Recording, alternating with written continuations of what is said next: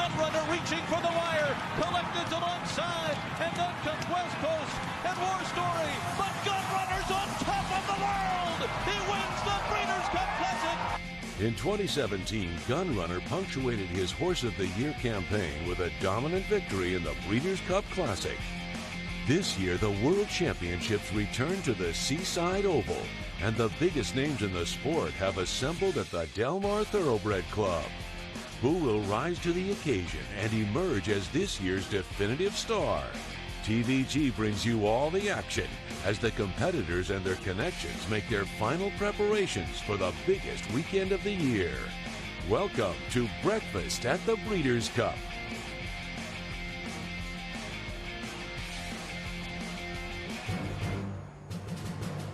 The 38th running of the Breeders' Cup returns to Del Mar for the second time in its storied history. It has been a busy morning with sunrise taking place at 7:05 a.m. local at Del Mar, but under the cover of darkness around the country, preparations continue for the 38th running of the Breeders' Cup. Welcome to Breakfast at the Breeders' Cup on America's Horse Racing Network, TVG. I'm Todd Schrupp, very pleased to be on site. You can see the preparations going on behind us. You can see the sun rising. It is a gorgeous setting here in Del Mar, California. And 1 week from today, it'll be the first of 2 championship days in the Breeders' Cup, with 5 on Future Stars Friday Breeders' Cup races. Then on Saturday, November 6th, 9 championship racing. There is a symmetry to the Breeders' Cup that is so beautiful. The last time we were here, back in 2017, it was Gun Runner, punctuating the 2 days of championship racing by dominating the Breeders' Cup Classic and leaving the stage as the best horse in the world. He's now the best sire in the world. And unbelievably, as we come to this year's running, he is represented by the great Echo Zulu, who will go in the Breeders' Cup Juvenile Fillies as the horse to beat. The Breeders' Cup truly brings it all together for horse racing in 2 championship days. Joining me on our set here, just off the track at Del Mar, is Simon Bray. Simon, aside from seeing these horses go on to their careers at stud and as broodmares, this day, these 2 days, decide championships. They certainly do. It's titled the World Championships for a reason, and particularly this year, coming off such a tough 2020 with COVID, we've been well represented with international runners. Over 56 pre-entered, including 8 from Japan, and 8 returning Breeders' Cup winners from last year. The stage is truly set for magnificent World Championships, and champions will be crowned next week, Friday and Saturday. Okay, so we are here, obviously, at the epicenter, the Del Mar Thoroughbred Club, site of the 38th running of the Breeders' Cup, but we are all around the country for the latest workouts and breaking news. Joining us at Santa Anita, just up the road from here in California with some important workouts, Michelle Yu, as well as Christina Blacker. On site at Churchill Downs in Louisville, Kentucky, Kaiten Bradar, and in Lexington at Keeneland Racecourse. Very busy morning there, and some weather to deal with, Scott Hazelton. But we're going to start right here at Del Mar. Some of the key players already here. A lot of them will be coming in over the next week. Joaquin Jaime is at the barn of one of the great champions we are going to see over these 2 days. He's at Latruska's barn. Hey, Joaquin. Hey guys, good morning to you. Great to be back with you here on Breakfast at the Breeders' Cup from the Del Mar Thoroughbred Club. And yes, as you mentioned, one of the main headliners, one of the main stars, she is already here. And that is this mare who is right behind me in Latruska. She is 6 for 7 this year. She has racked up 4 Grade 1 wins. And coming up later on in the show, we're going to tell you more on the story about Latruska and her connections, including the owner, St. George Stable, and her trainer, Fausto Gutierrez. One of the other feel-good stories this year actually just happened a few weeks ago, and that was when California Angel won the Grade 2 Jessamine Stakes at Keeneland Racecourse, and California Angel gave her trainer, George Leonard III, his first graded stakes win. It wasn't too long after that that I had the opportunity to travel to Indiana Grand and sit down with George Leonard at his home base there at Indiana Grand Racecourse. So 2 great features are coming up that you are not going to want to miss. I'll be back here on the backside, roaming the grounds at the Del Mar Thoroughbred Club. In the meantime, we send you to Scott Hazelton. Joaquin, we've had some activity, as Todd mentioned this morning here at Keeneland Racecourse, some workouts that we didn't expect to see because trainers are making adjustments on the fly with the weather forecast and with the rain not showing up significantly this morning. So we'll tell you who worked. We're going to tell you the status of the turf workers for this weekend. We're going to be catching up with Wesley Ward. So a busy morning out here, Caton, as we're in Lexington. We're going to kick it about 80 miles east of here to Louisville to you at Churchill Downs. Well, Scott, we got some cooperation from Mother Nature here in Louisville as the anticipated rain overnight skirted us, and the track was fast and in good shape, leading to trainer Mark Cassie and David Carroll, his assistant, moving up the workout for a fan favorite in Got Stormy, who's making her final start in the Breeders' Cup. We'll tell you all about her workout, a very emotional one at that. And we'll also check in with trainer Brad Cox, who had one of his workers, but many more to come. Right now, though, we're going to check in on the West Coast with Santa Anita's Michelle Yu.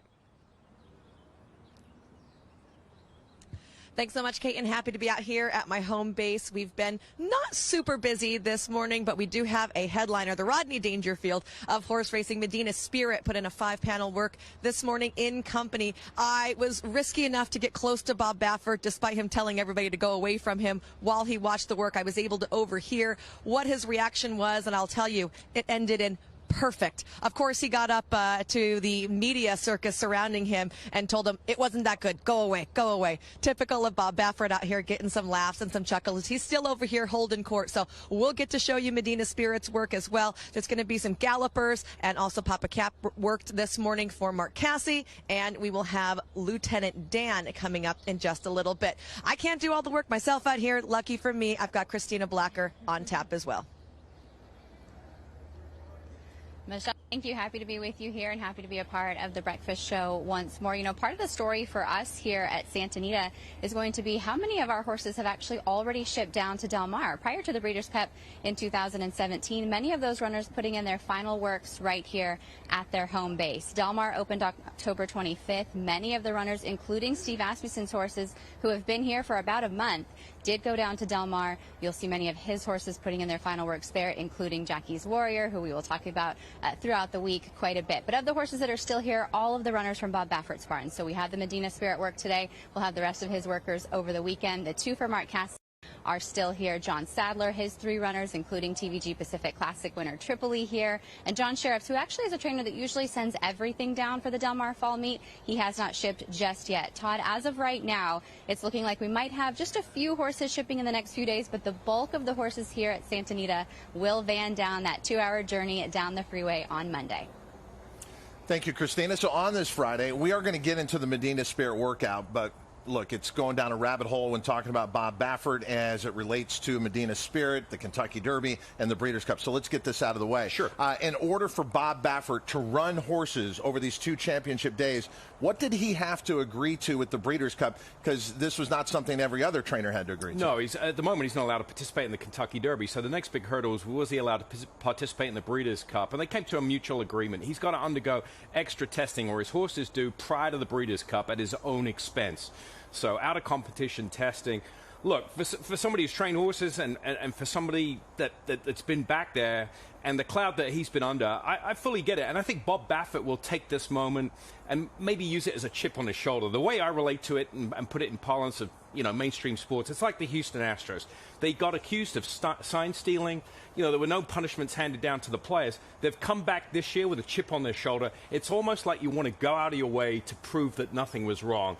I think it's not going to be an issue, obviously, the pre-race testing, but I think he's really here to make a point and kind of clean his name up a little bit. And Medina Spirit would be the exclamation point as this horse points towards the Breeders' Cup Classic as our Kentucky Derby winner for now. Working this morning out at Santa Anita, preparing for the Longines Breeders' Cup Classic in company. This will be a 5-furlong workout. It was under the cover of darkness at 6:30 a.m. So you see the lights here with the horses involved. Again, Medina Spirit on the inside. The 5 furlongs eventually going to be completed in 59-1. The white dot's going better than the red dot right now.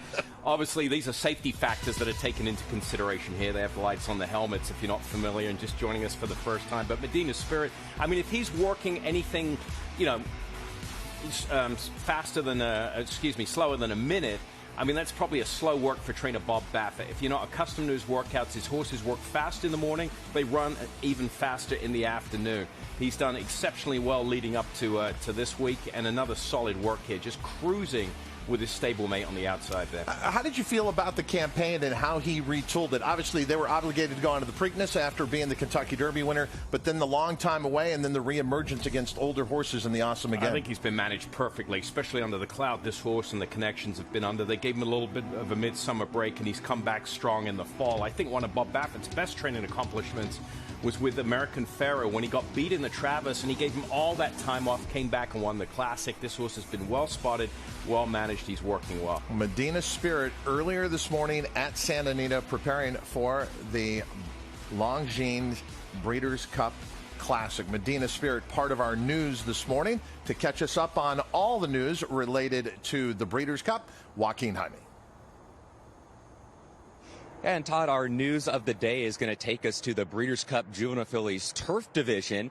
And it was Andy Biancone who announced earlier today on Twitter that her father's horse, Diamond Wow, is not going to be running in the Breeders' Cup Juvenile Fillies Turf this year. She announced on Twitter earlier today that she had a workout. Diamond Wow had a workout just the other day, but she came out of that workout just a little muscle sore. So they're going to go ahead and err on the side of caution, and they're going to go ahead and skip the Breeders' Cup this year with Diamond Wow, who was most recently second, only defeated ahead behind California Angel in the Grade 2 Jessamine in her most recent start at Keeneland Racecourse. In the Juvenile Fillies Turf, you can have a maximum field of 14 with 4 also eligibles. So with the defection of Diamond Wow, that's going to allow Hottie to go ahead and move into the body of the field for trainer Chad Brown, who just had a workout earlier today at Keeneland.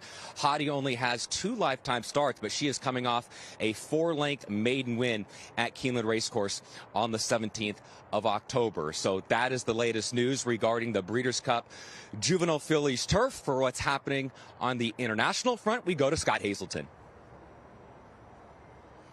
Well, Joaquin, a lot of these horses are shipping from Ireland today, and that was part of a teleconference, Breeders' Cup teleconference, where there was a discussion with Dermot Weld on Tarnawa and the decision to bring her back and defend her title in the Breeders' Cup turf. He said following her performance in the Arc, which was a giant performance, she was tired for about 7 days, but then she started to get back and get good energy, and also her blood work came back clean. So they're going to bring her back and to defend her title, and there's going to be a host of horses looking to defend their title that are coming back from Europe, including Glass Slippers and Adaria. And one horse that will not be making the title defense is Order of Australia for Coolmore.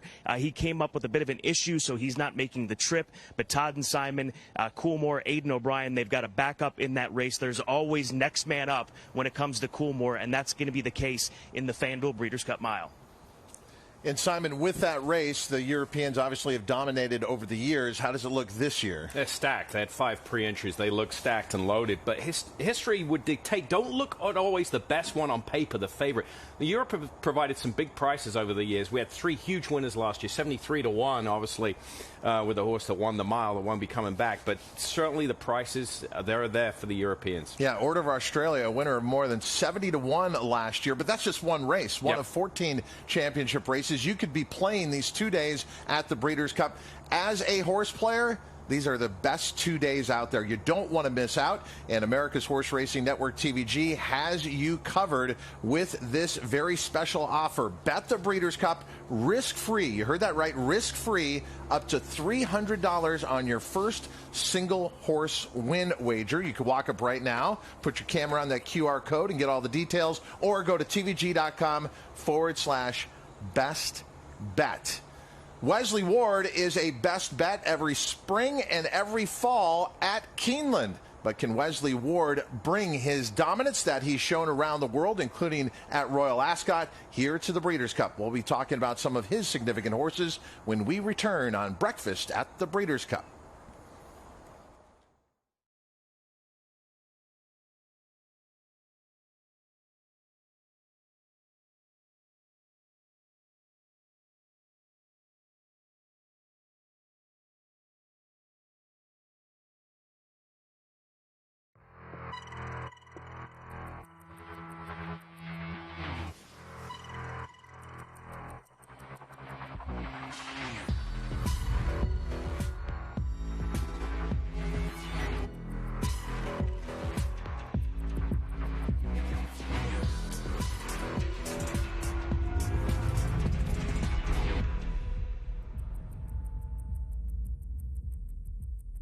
Longines.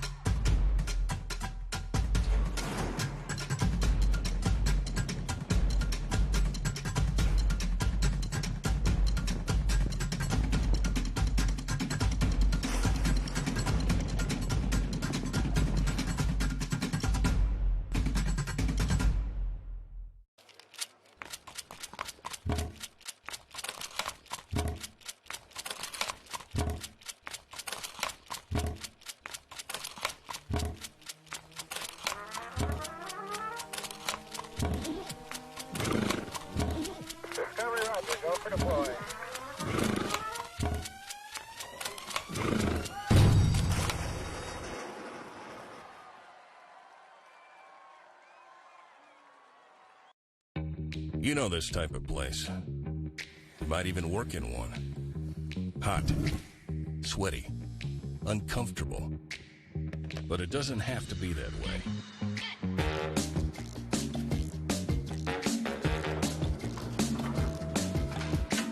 Big-ass fans keep you cool, comfortable, and productive in any type of space.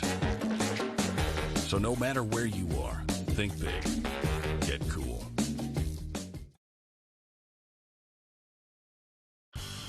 Golden Pal, the leader. Bodenheimer second. 4 lengths separate the top two. Momos in third. You better believe it. Looks for room toward the rail. Cowan runs from the outside, but well behind Golden Pal in the final furlong. A 5-length lead for Golden Pal. Then Cowan. Then You Better Believe It. Golden Pal. Cowan runs on from the outside. Golden Pal. Cowan is second.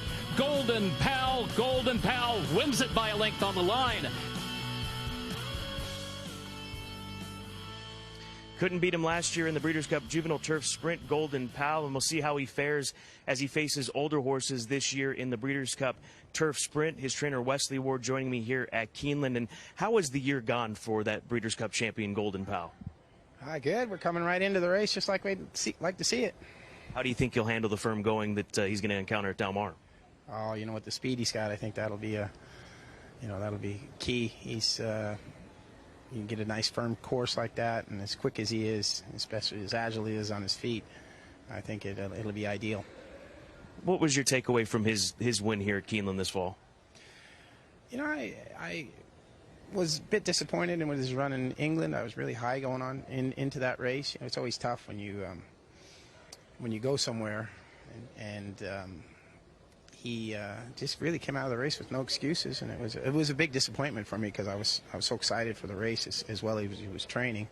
But for him to come back and vindicate that loss and win here at his home track in Keeneland, it was great. Averly Jane was sensational, it seems, as always. How fast is this filly? She's quick, and she's really smart too. You know, she's learning, even though she's had 4 starts and won all 4 pretty much from the front end. Last workout that she had here at Keeneland on the grass, Julio Garcia took her back, set back behind, and made a nice run. So, you know, I think she's learning a lot as the year's progressing, and she'll be able to be a little bit more versatile with Tyler. You know, if they go a little too quick early, he can maybe sit off, and if she breaks and catches a flyer leaving the gate, she'll be in front. Is she a filly that we could see head back to Ascot's come the summertime next year? I would say now that she's proven on the grass that would be the goal, is maybe the King's Stand as Lady Aurelia did, or one of those type of races. There's a straight 3-year-old race going 3/4 as well. But we'll have to see as this race here and as she progresses through the winter.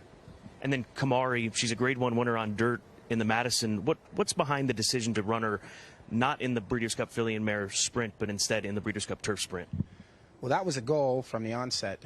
When she won the Madison here in the spring, we gave her a little bit of time and kind of wanted to get her with just 2 races in mind going into the Breeders' Cup Sprint for the fillies.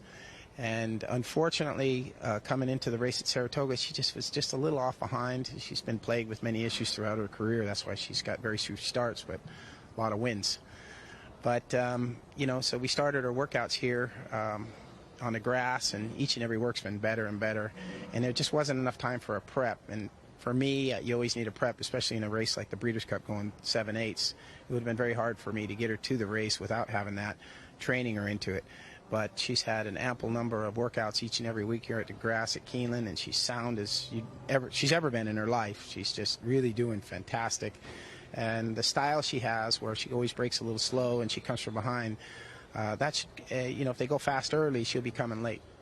Speaking of workouts on the grass, we just found out this morning from the VP of Racing, Gatewood Bell, that the turf workouts are not going to take place on Saturday, but they're going to be pushed back to Sunday if it's able to happen with the rain that's forecast over the course of the night. Obviously, the weather changes frequently here. How does that change things for you with now the turf workouts being pushed to Sunday? It's not going to affect me at all. It's actually going to help me. My Saturday works, the Breeders' Cup horses that I'm breezing every Saturday will be moved back one day. So that'll be 6 and 7 days to the race, so that's perfect. And my Tuesday workers will come back in 2 days early, which will be just fine as well.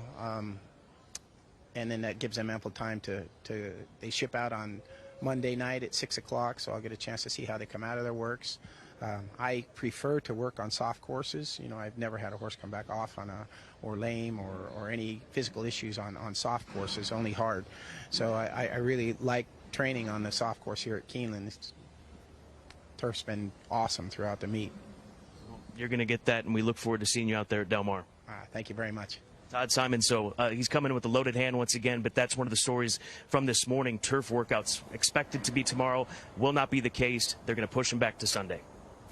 Okay, there's a lot to discuss there. First of all, a trainer's philosophy, when to ship.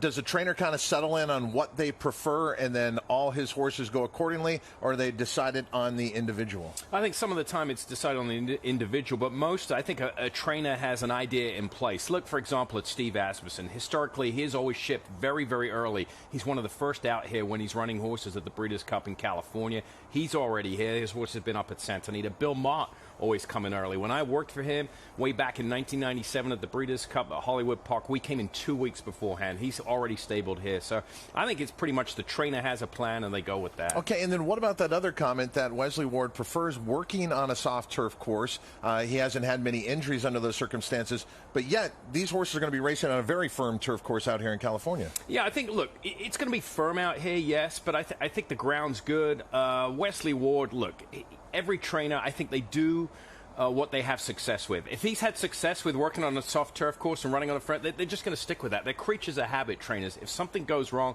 then they'll change. So I have no problem with that either. You got to know your horse. Well, Brad Cox knows what it's like to win on the biggest stage, and he is prepared for maybe the 2 biggest days he's ever had at the Breeders' Cup. We'll check in with the Brad Cox stable when we return on Breakfast at the Breeders' Cup.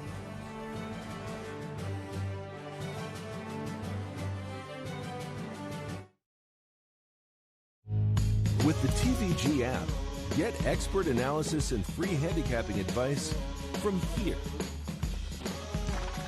Place a bet in just a few simple taps from here. And even stream races live from here. Access, analysis, and action from anywhere. Get a 50% bonus on your first deposit up to $250. On to the app, off to the races. A Grade 1 winner on both dirt and turf, War of Will became a classic winner with this victory in the Preakness Stakes. He added turf credentials to his resume with a determined victory in the Grade 1 Maker's Mark Mile, a winner and Grade 1 placed at 2, multiple graded stakes victor at 3, and Grade 1 winner again at 4. This son of War front has proven his class at every level. A classic winner with a stallion's pedigree. War of Will, standing at Claiborne Farm. There's something about when you get up early, prep the plane, and you take off, and you get that first light of day. And the air is crystal smooth. You can see forever. You have to have the right aircraft for the right flight with the right crew up front. Only NetJets can do this. The flight dissolves into the background. It should just be the here and now. Honor Code. A multiple Grade 1 winner from the final crop of the legendary AP Indy. Never off the board in 11 starts, he was crowned champion older horse before retiring. Now he's living up to the promise of his pedigree, with progeny like Grade 1 winner Honor AP, Grade 3 winner Max Player, and multiple six-figure yearling sales. Honor Code stands to continue his sire's legacy at Lane's End. And Essential Quality is trying to get them. Here's Hot Rod Charlie, a huge long shot at 94-1, coming into the final 16th. But Essential Quality runs by. Jackie's Warriors giving way. Essential Quality's gonna do it. Essential Quality has won the Breeders' Cup Juvenile over long shot Hot Rod Charlie.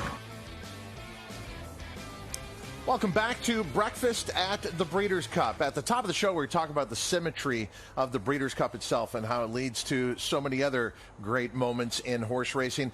That TVG Breeders' Cup Juvenile, brought to you by Thoroughbred Aftercare Alliance, proved to be a precursor to the 3-year-old division. Those horses we saw there, Hot Rod Charlie and Essential Quality, who were 1-2, have been essentially 1-2 all year. You throw Medina Spirit in there as well. But Essential Quality has been the leading 3-year-old all this year. He's only had one loss. Unfortunately, it came in the Kentucky Derby where he was very unlucky. Yeah, he had a bad trip that day. Hot Rod Charlie has been a model of consistency. Took it a while to break through, but he's got his big wins. And then the third place finish in there, Rumbauer came back and won the Preakness. So, I mean, that was a loaded field, and all those horses, you know, have done well this year, and Essential Quality will be one of the favorites in the Classic. And if he can win the Longines Breeders' Cup Classic, there is no doubt Essential Quality is the horse of the year. Essential Quality, a star in the Brad Cox barn, but there are many stars in the Brad Cox barn. A rising one is in the Breeders' Cup Juvenile Fillies, the NetJets Breeders' Cup Juvenile Fillies. We got a chance to see Juju's Map this morning at Churchill Downs, working 5 furlongs. Now, she's in company. We're going to pick up this action as they come towards the end of the workout. She's on the outside here. Yeah, and she's a very, very good filly. I mean, she won her last 2 starts. The win in the Alcibiades was very, very strong indeed. And, I mean, that little video footage we had of her, I mean, there's nothing you can say against her there. She looks tremendous. So Juju's Map certainly got a major chance. Last year on Breakfast at the Breeders' Cup, we got to be every day with Brad Cox. He's made his barn very accessible. He's done so again this year. He's standing by with Kate and Bradar at Churchill Downs in Louisville, Kentucky. And Brad got the bird's eye view of the entire work, Brad, with Juju's Map. Tell me what you saw. It was really good. It was with an older horse, Matera, which is a stake winner in her own right, and set right off of her. Probably broke off maybe a length and a half off of her at the half-mile pole. They worked from the half-mile back around to the 7/8. I had 59-3 on Matera. It had been 59-2 maybe on Juju's Map. Really, really good move, good gallop out. I think the gallop out, I would have had her in like 112-4. So, you know, well in hand. That's what we're looking for in regards to how she was doing it. Florent was on her, and yes, filly, she seems to maybe have improved a little bit since the Alcibiades, and I think that's what these good horses and these horses marching towards the Breeders' Cup need to do this time of year, and she seems to be going that way. I want to take you back to Essential Quality's previous work earlier. He is scheduled to work again tomorrow, but his last work struck me as more of the same of what we've been seeing, although maybe a little bit more so. It looked to me like he kind of finished it with a little bit more enthusiasm than maybe has been the case in the past. Yeah, for sure. Based off his works at Saratoga, they were just, you know, basic works at Saratoga. The move here last weekend was really good from him, and this horse, I've noticed a change for the positive. I mean, he's always done well, but like he seemed to move forward just in the change in the weather. I've seen a different horse with the cooler weather, and it looks like it's going to be nice in California next week too. So he's really picked up his head. He's a little more aggressive just around the barn and stuff, but mentally and physically, he couldn't ask for much better. He seemed to expand it a little bit and gotten bigger since the Travers. So looking forward to next weekend. Essential Quality appears to be carrying a little bit more mass. He's a bigger version of himself, and he's had a little bit more time in between races. Obviously, you have plotted a deliberate course to get him to the Breeders' Cup Classic. Do you have to do more in terms of his workouts? I don't think so. I mean, we'll let him work a little, let him work 5/8 from the half mile tomorrow. But no, I don't think so, because he can get the 1.25 miles. I think it's just that's what he's bred to do. It's in his pedigree. So he's got a mile and a half. And was going strong at the end, so a mile and a quarter isn't going to be an issue. I think it's going to come down to where he's placed in the race, and hopefully a good trip, not caught too wide around the turns, and there's enough stretch for him to catch up with whoever's on the lead and pass him down the lane. So I think the fitness and the stamina is there. I mean, he's a well-seasoned horse. And I think this gap from the Travers to the Breeders' Cup, hopefully he can take another step forward. If he does, he's going to be tough. You'll also be breezing Knicks Go tomorrow, as well as She Dares the Devil. What will you be looking for from either of them? And in particular with Knicks Go, he's almost the counter opposite of Essential Quality, though they both run in the Breeders' Cup Classic as far as demeanor, mannerisms. I know Essential Quality usually trains early, and Knicks Go trains latest of everybody. Yeah, it's Knicks Go's a very tough horse. I mean, he's draw reins to gallop. He's strong to get to the pole. We need a pony to get him there. And those are not things. We have great riders, but it just kind of helps the rider and kind of keeps him calm as he can be till he breaks off. But he'll break off the half-mile pole. We'll let him zip around there. Probably goes typical 48 and change out and somewhere around a minute, and out probably 12 and change or 13. I mean, he's a good workhorse, and if you stand on the backside, you'll see that he doesn't really slow down. He wants to keep going. So it's just him. It's what he does. He's a pretty cool horse to be around. He's serious about his job. He's serious about his training, and we'll see how it goes. She Dares the Devil, the only filly to have beaten Latruska this year. How is she coming into the distaff? She's done really well. Florent Breezer last weekend, she had a really good move. Probably not quite as stiff this week, but she's doing fantastic. Excited about facing Latruska again, and around 2 turns. I think that's going to be a positive for us. This filly's tough. She's beat some really good horses in the past, and Gamine, Swiss Skydiver. So Latruska. I mean, there's her 3 world-class fillies that she's beat in the afternoon, and she's going to have to bring her A game and step up. And if she does, she'll be a factor. Appreciate your time. We will continue stalking you in the mornings.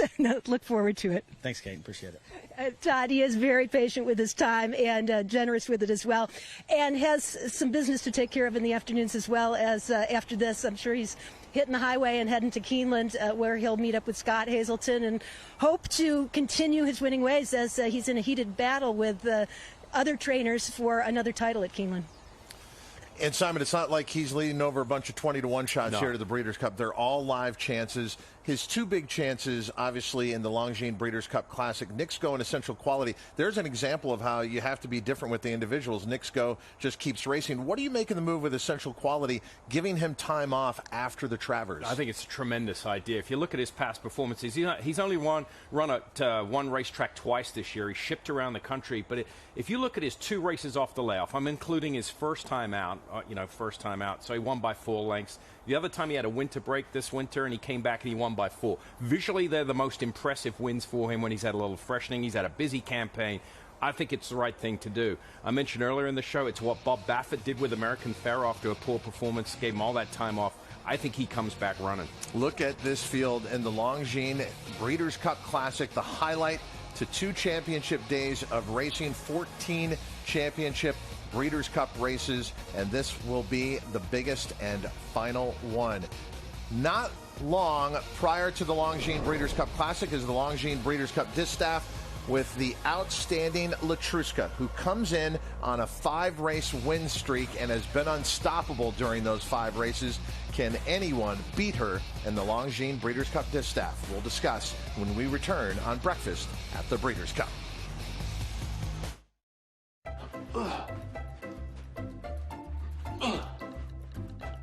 PNC Bank believes that if a pair of goggles can help your backhand get better,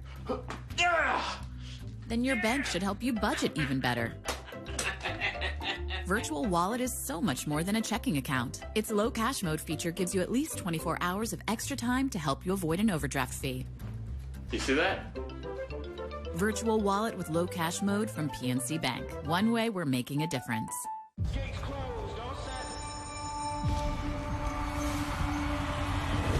At Calumet Farm, we're proud to offer proven stallions to fit every breeder's needs. With over 72 million in progeny winnings on dirt and turf, our diverse roster is producing the champions of today and tomorrow. Calumet Farm, a legacy reborn. Consistently versatile with 22 Grade 1 winners on every surface from 6 furlongs to 1 1/4 miles all over the world. Spectacular return for Charlatan in the run-happy Malibu Stakes. But it's Nashville under no stress whatsoever, winning it. Lexingtonian comes back on the inside to win it. All purpose, all places, all power. Speightstown.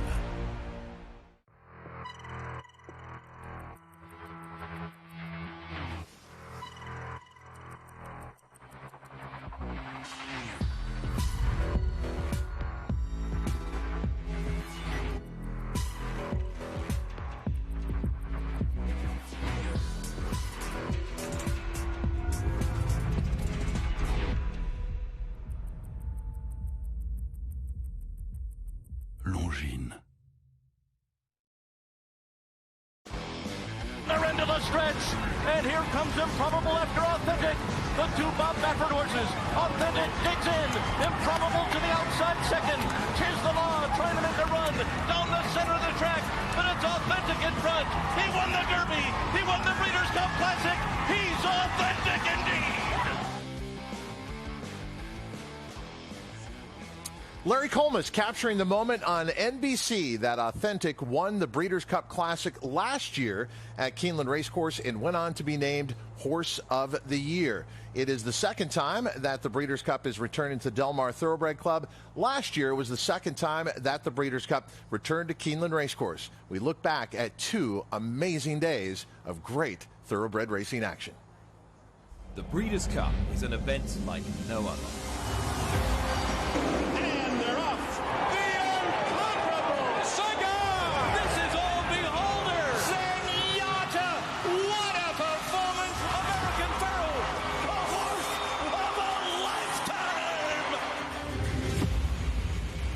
An experience that's a breed apart.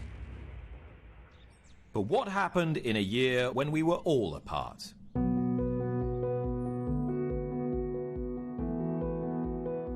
We came together in new ways. We rose above with dramatic flair. I won it by 6 lengths on the wire. And we settled all debates the way we always do.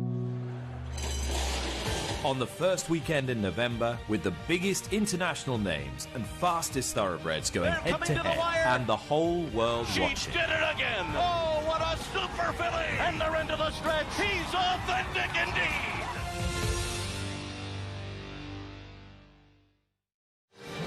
This is the 37th Breeders' Cup World Championships. Looks different. It feels different. It is different.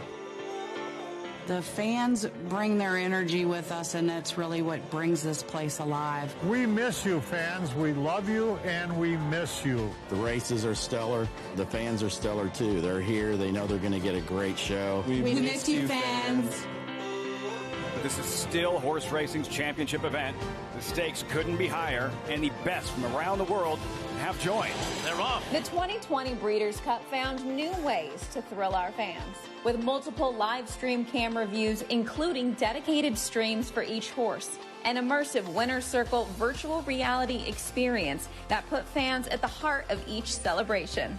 Jockey cam views for the best seat in the house. Another 16th to go, trying to hold off Vequist, who's coming up the rail. And the world's greatest thoroughbreds took it from there.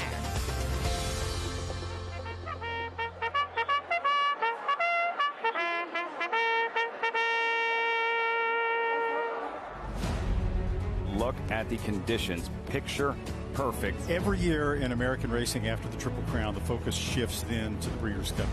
Nix Go looking for a repeat effort of his last race here. They're all in line. They're off in the dirt mile. And Nix Go just keeps on going. Nix Go goes all the way in the dirt mile. Another 16th to go. It is going to be Vequist. Vequist has won the juvenile fillies. At At the beginning of the year, compared to now, did the horse, the 2-year-old, that you thought was going to be the best at the time or excel or the most precocious, has that changed or has it stayed the same? Stayed the same. Just And who? Golden Pal. And they're into the stretch, and Golden Pal is kicked away again, and did he ever? Coming to the wire, it is Golden Pal winning the juvenile turf sprint. Golden Pal, just too fast, just too classy, runs them off their feet. Here's Fire and Will and Ricardo Santana Jr. have done it. Right now, I can't believe it. Utterly dominant. And Pearl with plenty left in the tank. And Pearl, Longeroux by 4 on the wire. She was just brilliant again. Gamine has taken the lead, and she's pulling away. Oh, what a super filly!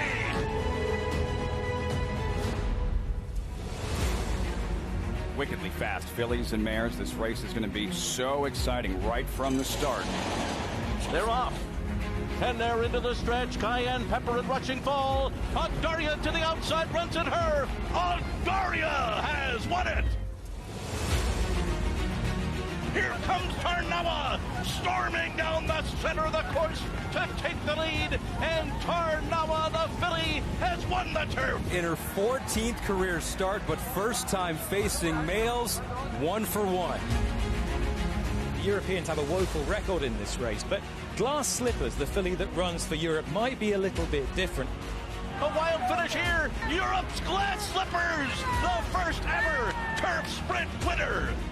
Absolutely brilliant. That's a day I'll never forget. As they round the turn, Jackie's Warrior begins to move. But Essential Quality runs by. Jackie's Warrior's given way. Essential Quality's going to do it. Essential Quality has won the Breeders' Cup Juvenile. He overcame a lot today. What a horse.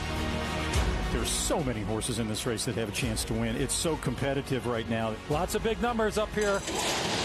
They're off, turning for home in front of the Breeders' Cup Mile. It's Order of Australia. He's 73-1. What an upset.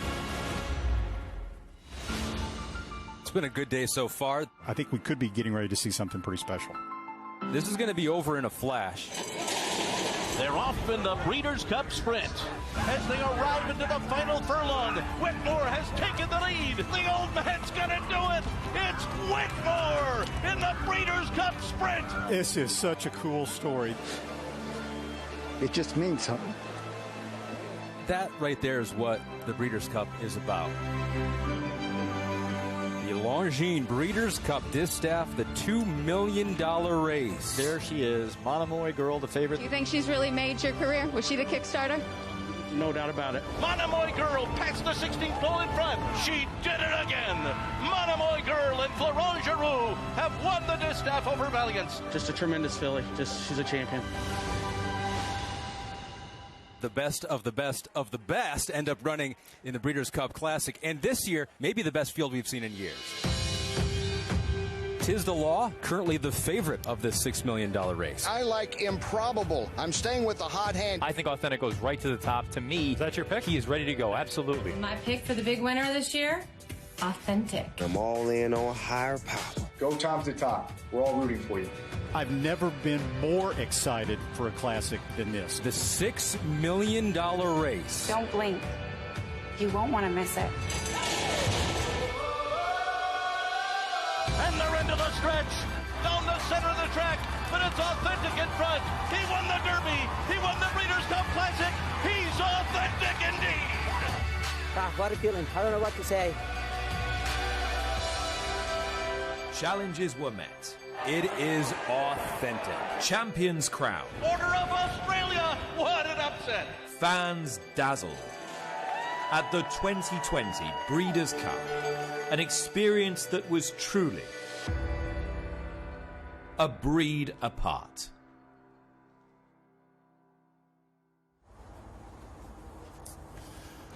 Our thanks to our colleagues at NBC for all their work at the Breeders' Cup last year at Keeneland. You heard Nick Luck's voice in there. You also had a chance to hear Brittany Urton, who works with us at TVG. They are going to co-host the post-position draw, which will be this Monday, November 1st, here at Del Mar, 2 o'clock local time. But, Simon, looking back at last year at Keeneland, it was unusual, as you mentioned at the top of the show, with the pandemic, as we saw there. Yep. And so the Breeders' Cup has made the decision to return to Keeneland next year. This is quite a magical rotation to be at places like Del Mar and Keeneland at this time for the Breeders' Cup. There's no question about that. I mean, Keeneland being in the heart of horse country bluegrass, I mean, that's a home for it. It's amazing to me that it took so long to get there to Keeneland, but they will come back. And, of course, the support that we see here out on the West Coast, I keep bringing it up, but you think of the travel for the Europeans, 6,000 miles halfway around the world, but they love coming here because they're guaranteed of the conditions they're going to get, and they've had success here on the West Coast in the past. And you'll love being at the Breeders' Cup no matter where it is, but especially when it's at Del Mar as it is this year,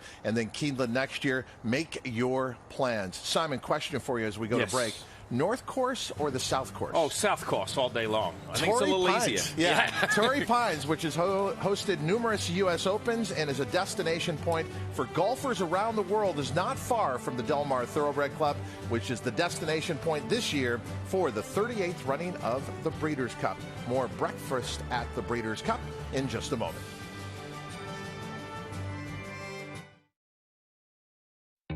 You know this type of place. You might even work in one. Hot, sweaty, uncomfortable. But it doesn't have to be that way.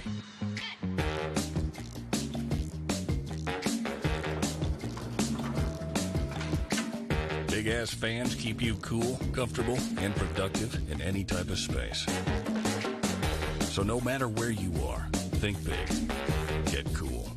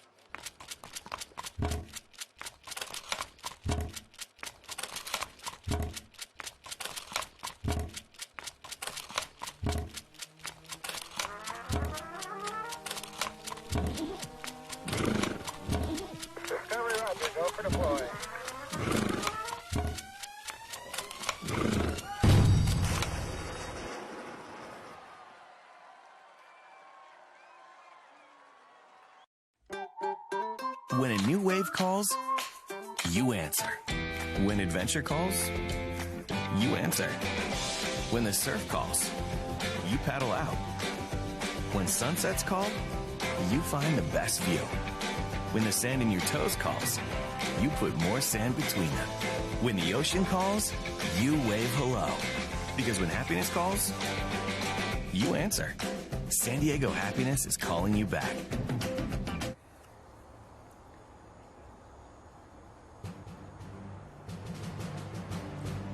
It's breakfast at the Breeders' Cup on TVG, on site here from the Del Mar Thoroughbred Club, which will host the 38th running of the Breeders' Cup. 2 days of championship racing, Friday, November 5th and Saturday, November 6th. Welcome back to breakfast at the Breeders' Cup. I'm Todd Schrupp alongside Simon Bray.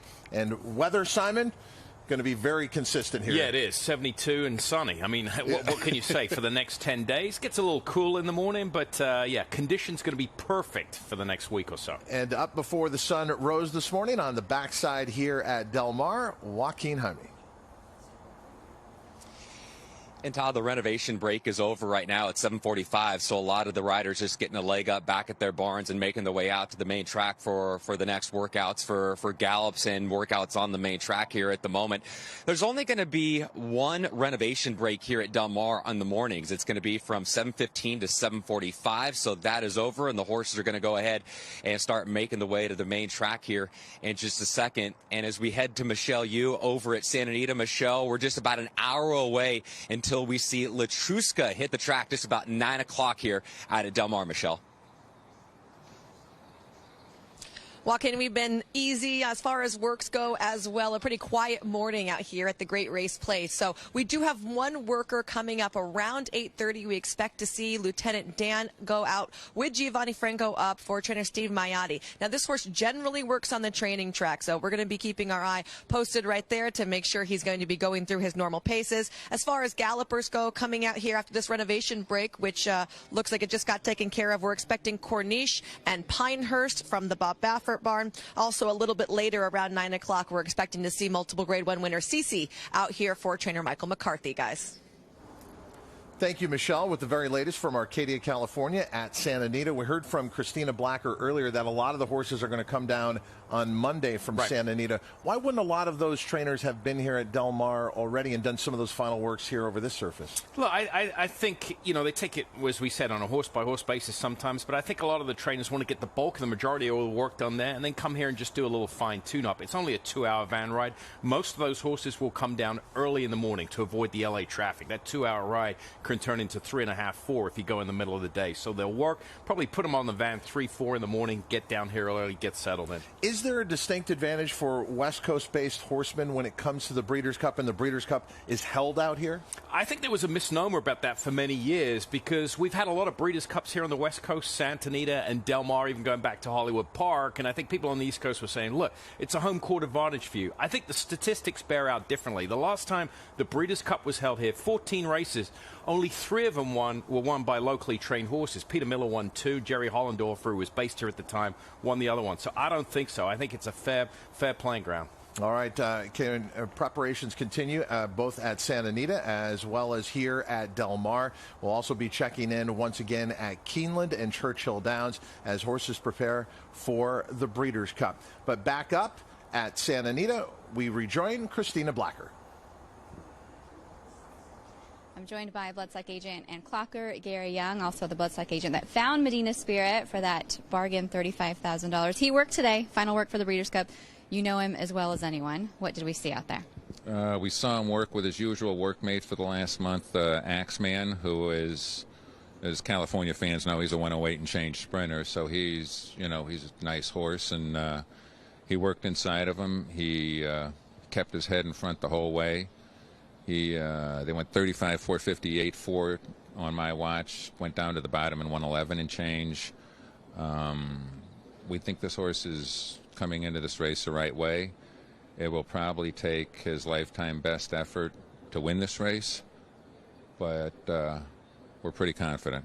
A big part of the conversation with the Classic is going to be the pace. I mean, something has to give. So many of these horses want to be on the front end. What are your indications in terms of where he might sit and how he can be effective against some of the other speed in there? I've never thought that he needed the lead to win. I mean, his race in the Sham when he closed the ground down the stretch to Life is Good was kind of indicative of that. We'll just leave that up to Johnny V. He's pretty good in these races. And, of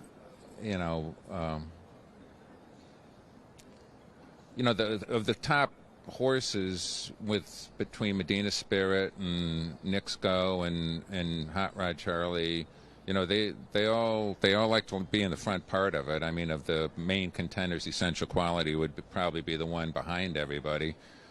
But, Medina's a fast horse. Knicks Go is obviously a fast horse. In a perfect world, you wouldn't want him going head up down the backside in 45 and 4.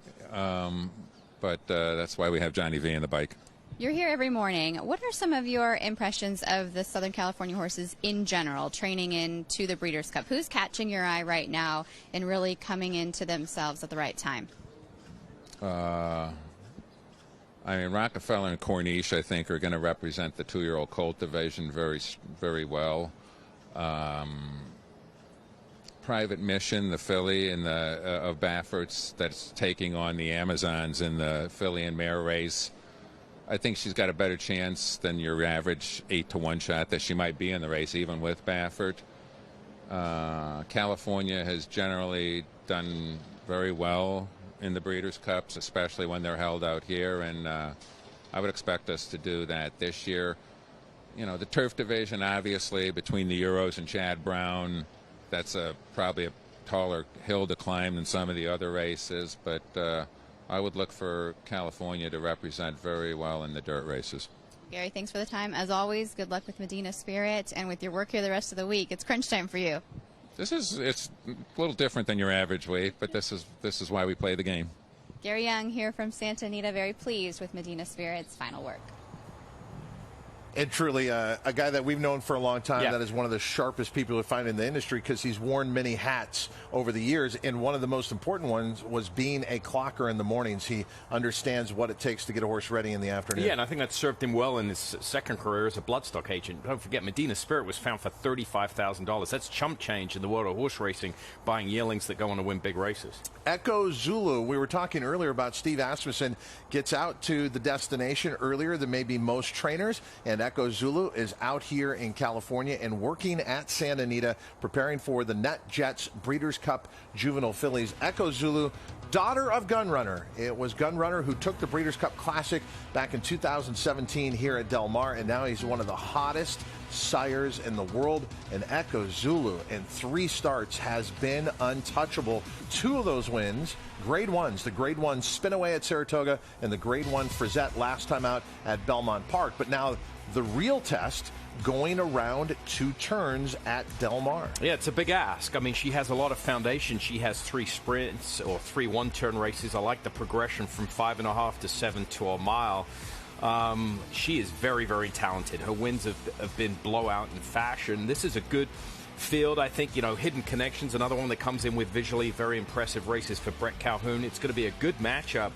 But that is the big ask, and you don't know until they race how they're going to handle those 2 turns with the running style she has. Yeah, you can't help but have the cautionary tale from her barn last year, Jackie's Warrior. Right. Who they attempted to send long. It didn't work out. Now he's one of the best sprinters in the world. So Echo Zulu we're going to see, but you look at the sire Gunrunner, and you wouldn't think there's a problem. No, you wouldn't think, but historically, horses coming out of the Frizette, that's always been a big question mark, and sometimes some of them have faltered this 2-turn trip. This is her. This is just a routine gallop here. You can see why she's quick. She's built like a horse that's very fast. She's got a huge hind quarter. She's got a deep chest of girth where the strap that attaches the saddle to the horse there. So she's very stocky, very muscular, and she's just an easy gallop here for her. A Keeneland graduate back in September of 2020, purchased for $300,000. Echo Zulu by Gunrunner out of the Menifee mare Let Go My Echo. On pedigree, she is bred to run from Arcadia to San Francisco holding her breath, but she still has to prove it in the Net Jets Breeders' Cup Juvenile Fillies, part of Future Stars Friday, November 5th. It'll be race number 7 on the card, but 5 Breeders' Cup Championship races, all focused on the juveniles. What a great concept by the Breeders' Cup with the Future Stars Friday. One thing I will say, watching her gallop here real quick, is that this is a filly that's won 3 races in gate-to-wire fashion. She looks very fast in the afternoon. Look how easy she is to gallop in the morning. We just saw a horse come up on the inside of her. She didn't really pick the bridle up. She's got some cotton in her ears. I don't know whether you can see that. There's 2 little white pieces in her ears there, probably cotton just to keep her, scared of some of the surroundings and keep the noise abated for her a little bit. Preparing for the Breeders' Cup Filly and Mare Sprint on Saturday, we are looking at Bella Sophia. Bella Sophia, a 3-year-old filly who beat older horses last time out in the Grade 2 Gallant Bloom. In fact, she dominated them in a quick time at Belmont, finishing 6.5 furlongs in 1:15.3. The Breeders' Cup Filly and Mare Sprint has come up light on numbers. Some of them have been injuries that have put horses to the sidelines. Others have decided to go elsewhere because there is a beast that dominates this division. Her name is Gamine, and last year she won the Breeders' Cup Filly and Mare Sprint in an astonishing 7 furlongs, 1:20.1, winning by 6. She is going to be one of the heaviest favorites of the 2 days of championship racing. Can Bella Sophia beat Gamine with her most recent efforts, or does she have to move up again? I think she's right there with her most recent effort, and I tell you why on form. I know you can't just read the form lines, but Gamine beat Lake Avenue last time out by a length and 3/4. Bella Sophia is an improving lightly raced filly. She beat Lake Avenue by at least 3 lengths last time out. So on form, they're very, very close. That's rudimentary handicapping. I get it. But this is a race that, is usually year in, year out. He's had some veteran fillies and mares that hang around and they try and come here and get the job done. But Bella Sophia, to me, is kind of the fresh face that's improving, and that is always a threat at this time of year, especially with fillies and mares. 7 pre-entries for the Breeders' Cup Filly and Mare Sprint, but many are billing it as a 2-horse race, Gamine versus Bella Sophia. With that smaller field, the field of 7, does post position matter to you in your mind? I think it does, especially in the way the tactics are going to play out. We know Gamine likes to bear out a little bit. She's a filly that doesn't corner too well. I think post position is key because Bella Sophia and Gamine both have a similar sort of running style. They like to be on the front end. And again, that post position draw taking place this Monday, November 1st, here at Del Mar, scheduled for 2 o'clock local time. And the biggest prize of the 2 days is the Longines Breeders' Cup Classic. This is a look at Hot Rod Charlie. And Hot Rod Charlie had some time away after the Haskell, reemerged in the Pennsylvania Derby. And Hot Rod Charlie out this morning here at Del Mar. And his dominating win in the Pennsylvania Derby, how does he look in the mornings here? Has he maintained that form? Yeah, he's just, again, a nice easy gallop here, and he's getting picked up by the pony, and that's one of the things. You don't want anything happen to this horse between now and next week. Pony to and from the track. It's kind of like having a minder, a bodyguard for the horse so they don't get into trouble, whether it's somebody else causing it or just the horse feeling good. So Hot Rod Charlie, he's been a model of consistency. And we talked about it earlier, how his form lines with essential quality have held up from last year to this year. So he's going to be a major threat in the Classic. I like the way he came back off that layoff for the Pennsylvania Derby, and I think the timing coming into the Classic is going to suit him well as well. And he's shown that he can be tractable. Although he went gate to wire in the Pennsylvania Derby, he is a horse that can sit just off the pace as well.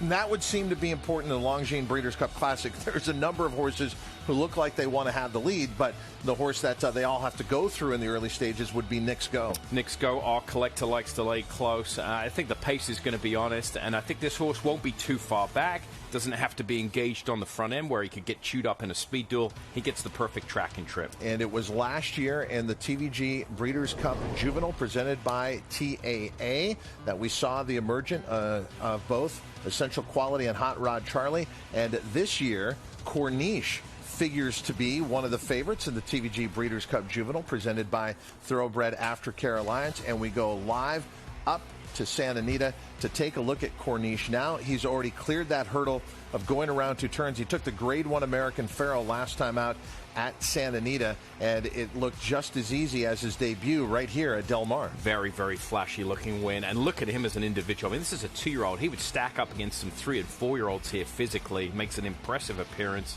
He's obviously a legitimate threat. He's ticked the box at the 2 turns. He went from 5.5 to 1 mile and a 16th.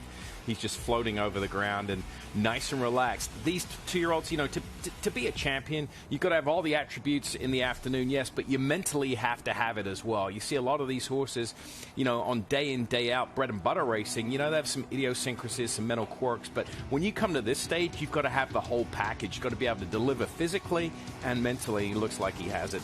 Corniche, bred in the purple, son of Quality Road out of a great race mare in her own right. Wasted Tears, a daughter of Najran. Corniche, one of your favorites for owner Speedway Stables, trained by Bob Baffert in the TVG Breeders' Cup Juvenile presented by Thoroughbred Aftercare Alliance. Then there is Extravagant Kid, going from the youngsters to a horse who has been around a while, and this is out here at Del Mar. Extravagant Kid. Yeah, just watching him jog there. So this is a horse that's jogging. Obviously our hardened viewers know what these terms are, but galloping, they'll go the right way, the conventional way. Jogging, you're not allowed to jog the right way. You have to jog what's called the wrong way. So Extravagant Kid, 4 polo bandages, and makes a good appearance there. I mean, he is such a very sound horse. He'll be going in the turf sprint for Brendan Walsh. Yeah, his 54th career start will take place in this year's Breeders' Cup Turf Sprint. Extravagant Kid, an 8-year-old son of Kiss the Kid, out of the With Distinction mare, pretty extravagant, bred in the Sunshine State of Florida, and well-traveled this year. He went to Medan, went to Ascot, went to Newmarket, and then returned here to the United States with a second-place finish in the Grade 2 Woodford against Golden Pal. So this is a horse who doesn't get rattled by anything, an 8-year-old who truly has seen and done it all. Yeah, I mean, he kind of mirrors Golden Power, right? They both went to Europe. They didn't have very good races. They came back and they ran 1-2 in the Woodford. So interesting to see how they stack up in the turf sprint. And he did take the El Kaz Sprint, a Group 1 at Maidan, and extravagant kid on the year, 1 for 7 with 4 second-place finishes, and now a date going 5 furlongs on the turf here at Del Mar in the Breeders' Cup Turf Sprint, and that is certainly going to be a point of discussion. Who's going to handle the 5 furlongs over the Jimmy Durante turf course? He was second in this race last year at Keeneland, but of course that's 5.5 furlongs, and that's a very different configuration. Okay, Marsh Lorraine for the Japanese is coming in to the Longines Breeders' Cup Distaff and going to take on Latruska. What can you tell us about her form as we watch her here this morning at Del Mar, her form over in Japan? Well, she's been running in some minor dirt tracks in Japan, not on the big circuits like Tokyo and Hanshin. She's been running at the majority of the dirt tracks. Look, it's just a tall task, I think, not only against Latruska, but just coming here and trying to compete at this race. The Japanese horses have done so well globally over the last 10, 15 years, taking some big prizes around the world. But I think there's some other Japanese horses that we can look to rather than Marsh Lorraine. Okay, Marsh Lorraine, a big long shot in the Longines Breeders' Cup Distaff, but Japanese participation has definitely gone up here at the Breeders' Cup, and that is a great thing. Yeah, it is a great thing. And I think being based, that's another reason, I mean, I hate to keep hopping back to the West Coast, but travel from Asia and the Pacific Rim to the United States, it goes through the West Coast, right? Everything comes in from LA, so it's a lot easier for them to come to the West Coast here and ship. Let's talk about some of the fastest horses in the world when it comes to the Cutter Racing Breeders' Cup Sprint. Aloha West was second last time out at Keeneland, and the Stoll Keenan Ogden Phoenix second beat in the neck to Special Reserve. Aloha West getting a look out on the track this morning. Yeah, there he is, just walking on the track, very relaxed, built like a sprinter by Hard Spun, of course, who was a distance horse, but is out of a Speightstown mare. This horse has never tried 2 turns. Maybe that's, you know, in the future after this year, but he's been very consistent. He's won 50% of his starts. Only venture into Graded Stakes Company was the race you were talking about last time out. Again, he's a horse that's improving. He's going to have to step it up to be competitive, though. Yeah, as you were alluding to, he's never won a Graded Stakes race, so this would be quite an impressive upset if he could take the Grade 1 Cutter Racing Breeders' Cup Sprint, one of 9 championship races on Saturday, November 6th, here at Del Mar. Aloha West out on the racetrack, and the expected favorite in the Cutter Racing Breeders' Cup Sprint will be Jackie's Warrior, a 3-year-old who has been so dominant in his division, who will take on older horses for the first time. And this has really been a race where I always think with the Cutter Racing Breeders' Cup Sprint, beware of the improving 3-year-old. However, with Jackie's Warrior, this has always been the dominant horse in the 3-year-old sprint division. I mean, look, I thought last year going into the juvenile, I thought he was a 1-turn horse. They had to try it. It didn't work out. His 2 poor defeats are both around 2 turns. They've regrouped. He's been well managed. He is clearly the horse to beat, and I think he's going to be very, very tough in there. Aloha West, I mean, to put it in terms of not winning a Graded Stake, that's like an athlete trying to win a Masters or a U.S. Open without ever having won a golf tournament or a tennis tournament.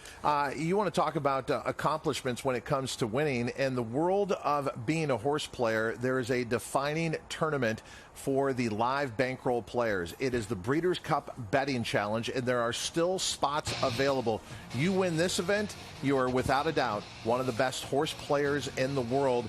Come and prove it here at Del Mar. Find out more information and register at breederscup.com/BCBC. You can play with TVG. You can be on site here at Del Mar or other satellite locations. It's a $10,000 buy-in, $7,500 of which goes to your betting bankroll and $2,500 to the prize pool, a prize pool that is expected to be around $1 million based on 400 participants. Prove that you are the best horse player in the world by winning the Breeders' Cup Betting Challenge. George Leonard III is getting the biggest moment of his career because of a horse by California Chrome. We'll tell you his story when we return after this.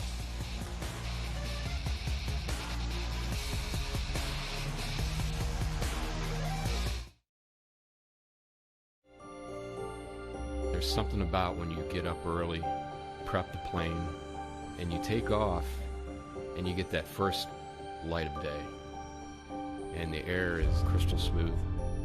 You can see forever. You have to have the right aircraft for the right flight with the right crew up front. Only NetJets can do this. The flight dissolves into the background. It should just be the here and now.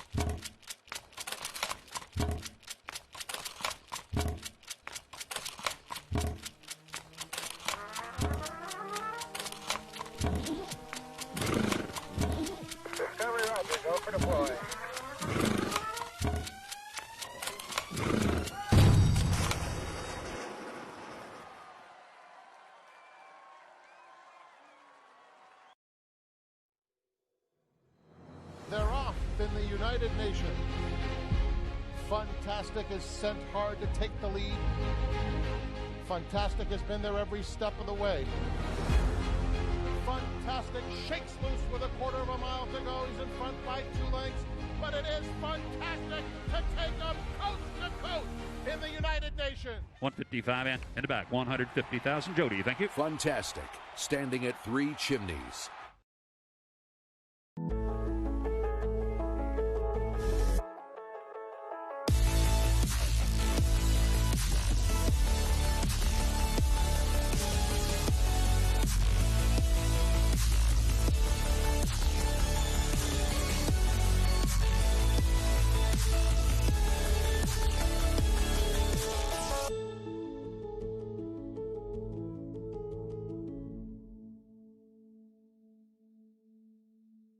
Breeders' Cup apparel and products represent everything the Breeders' Cup stands for. Handcrafted, expertly designed. Own a piece of the events that defines an industry. Available at breederscupshop.com. Grade 1 winner at Oaklawn Park. Grade 1 winner at Belmont. Grade 2 winner at Churchill Downs. Grade 1 winner at Saratoga. And Grade 1 winner at Keeneland. Natruska has truly had a year where she's done it all. In fact, most would agree, no matter what she does on Saturday in the Longines Breeders' Cup Distaff, she's going to win the Eclipse Award for her division. So, Simon, there was some questioning why run in the Longines Breeders' Cup Distaff. There's nothing to gain. Go to the Longines Breeders' Cup Classic against the boys. How did you feel about where Latruska ended up? Disagree with that. Look, she's a very good filly. Has she cemented herself as one of the best in the sport? No, but a win in the Breeders' Cup Distaff would do that. And why should she run here? She's going to be 4 to 5 in the Distaff. Should be a much bigger price. Should be 5-6 to 1 in the Classic. As a trainer and placement, former trainer and placing your horses, always take the easiest spot, and at least on paper anyway, would be the Distaff. Fausto Gutierrez has done an amazing job with Latruska, yes, but there is so much more to her story, and we have her story a little bit later on here on Breakfast at the Breeders' Cup. While we're on site at Del Mar, Michelle Yu is up in Arcadia, California at Santa Anita. 3, 2. Joined right now by Gary Mandela, a trainer in his own right, but also working in partnership with his dad, Richard Mandela, who we'll call Papa, right? Now, Gary, you guys did ship the majority of your Breeders' Cup horses to Del Mar already, but not all of them. All of the horses that will run in the actual Breeders' Cup Championship races are at Del Mar already. But we kept a few behind that will run that week. For instance, Tis a Magician is a horse that will need to school a few times. And just to get some extra schooling in here, because this is where the races are the weekend before. So he's here, and a couple other horses that will run that week in like allowance races. So we're split up for the moment, but we'll be all together by Monday. Now, when you want to keep them here because there's racing going on here, is it because when you're schooling them you want that atmosphere like it's going to be a race day?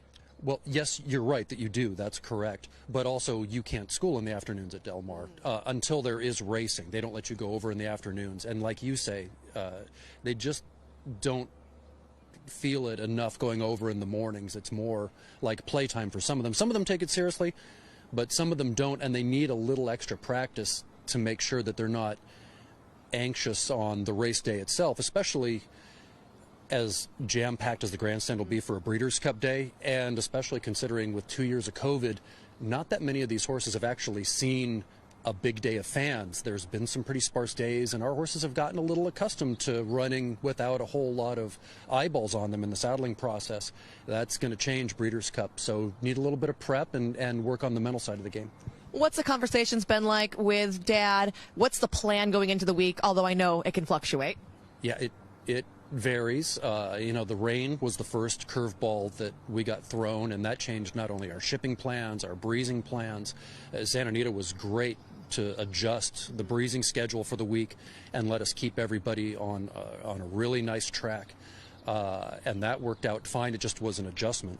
And then you just get into logistics with vans and people and getting everything moved down to Del Mar, where, you know, the Santa Anita is more of a home base because we run here 8 months of the year. So going down there is a different sort of a thing, and shipping in right on top of some big races creates a couple of issues, none that can't be overcome, but it takes being organized and making schedules, and you just have to plan everything out.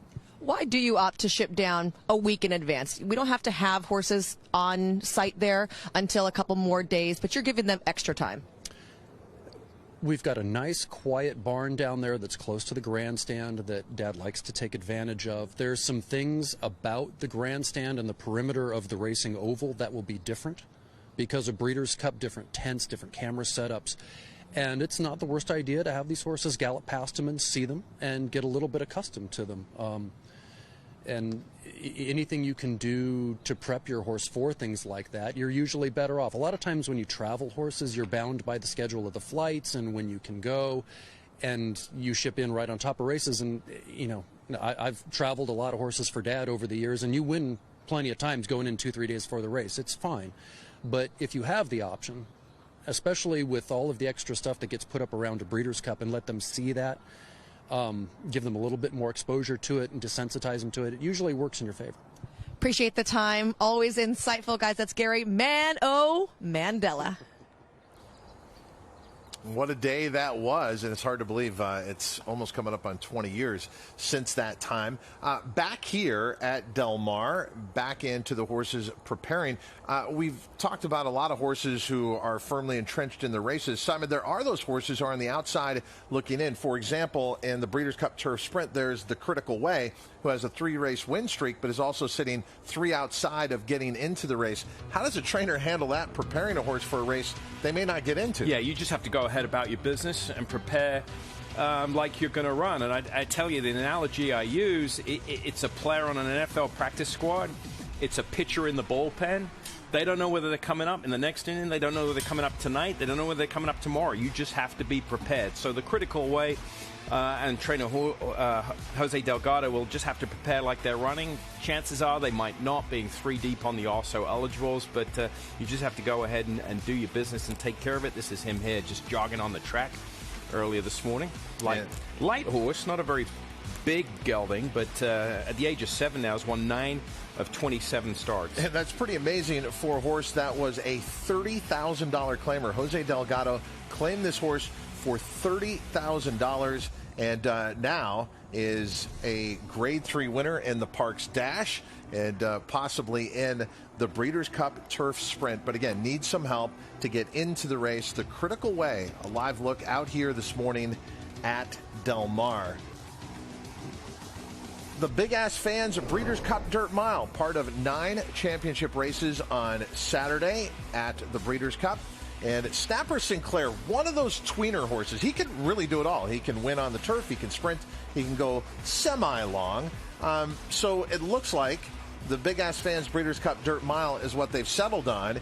But it's kind of a tough decision with this horse since he can do everything. Do you agree with the spot that he ultimately will end up in? Yeah, it's a tough decision on paper. Well, in theory, but then you look at it on paper, the Breeders' Cup Turf Mile, probably not the spot for him as far as, you know, I think here's a chance to win a race because he's going to be up against the Europeans. If you're looking at two situations like that, this is the better spot. He's won 7 races lifetime. 3 of them have been on the main track, so he's won his fair share. 2 on a fast track, 1 on a wet track. So, yeah, to answer your question, I think they picked the right spot here, despite the fact he comes into this race off 3 consecutive turf efforts. And we've been talking about trainer Steve Asmussen. He's had his Breeders' Cup horses out here in California for a while. Some of them up at Santa Anita, some of them down here at Del Mar, and one of them is Snapper Sinclair. You're looking at this morning here at Del Mar for Bloom Racing Stable, son of City Zip out of the Yes It's True mare, True Addiction, and preparing for the Big Ass Fans Breeders' Cup Dirt Mile. Another horse and another division. That is the Maker's Mark Breeders' Cup Filly and Mare Turf. The Japanese-based Loves Only You. Now, when we were taking a look at her stablemate earlier, preparing for the Longines Breeders' Cup Distaff, you said outside shot. In the case of Loves Only You, she has a major chance here in the Maker's Mark Breeders' Cup Filly and Mare Turf. Yeah, there's no question about that. Distance not a problem. This is her on the dirt earlier this morning. Look at the way she moves. Got a lovely action there by Champion Deep Impact. I mean, her form truly travels the world. I mean, she ran in the Shima Classic. She was only a half a length behind Mishriff, one of the best horses in the world. Chronogenesis, of course. We know how good that horse is. Loves Only You certainly got a big chance. Comes in fresh, had a little bit of a break. I think that's good because this horse has been busy all year long. Travels over the dirt nicely, and as good as that horse moves over the dirt, you know, is better on the turf, should move up.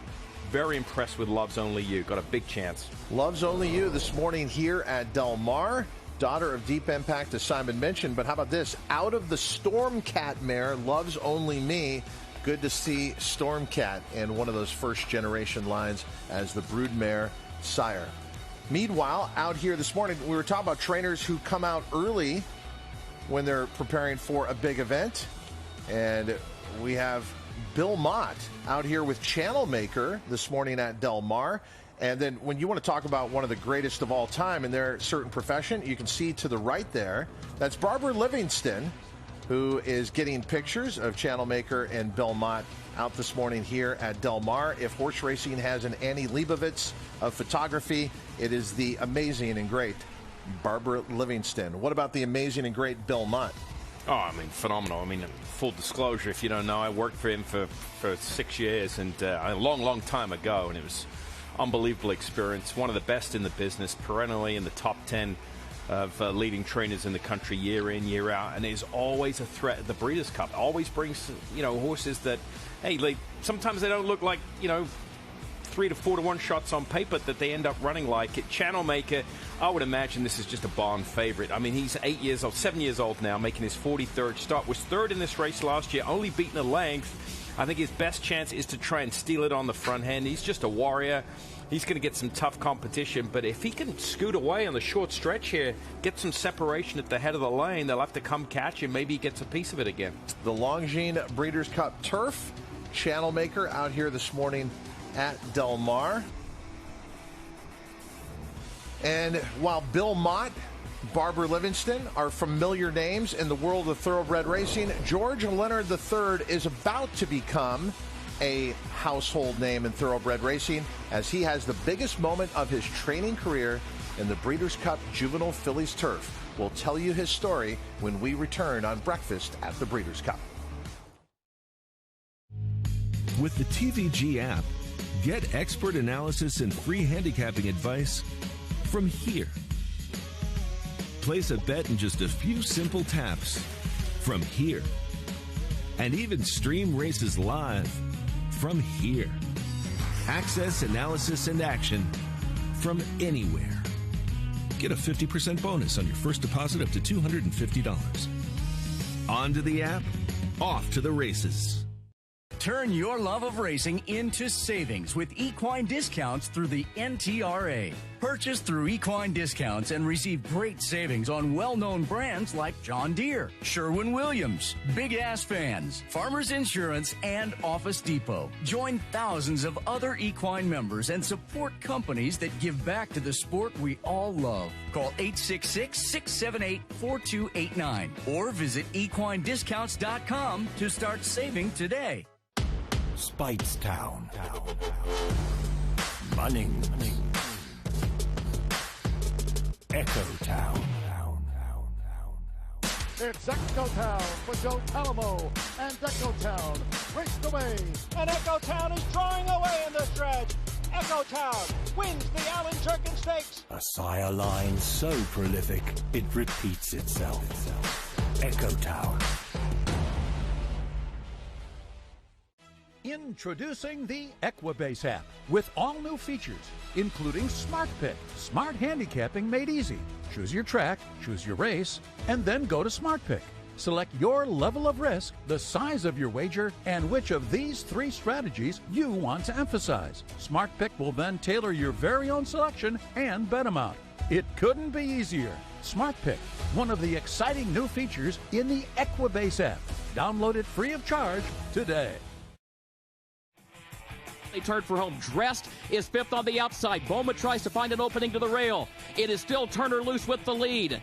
And Diamond Wow alongside with Dress coming from 3rd. Diamond Wow, Dress stacking up outside of Turner Loose. California Angel running late. Diamond Wow, Turner Loose. California Angel coming on the far outside at the wire. Photo for the win.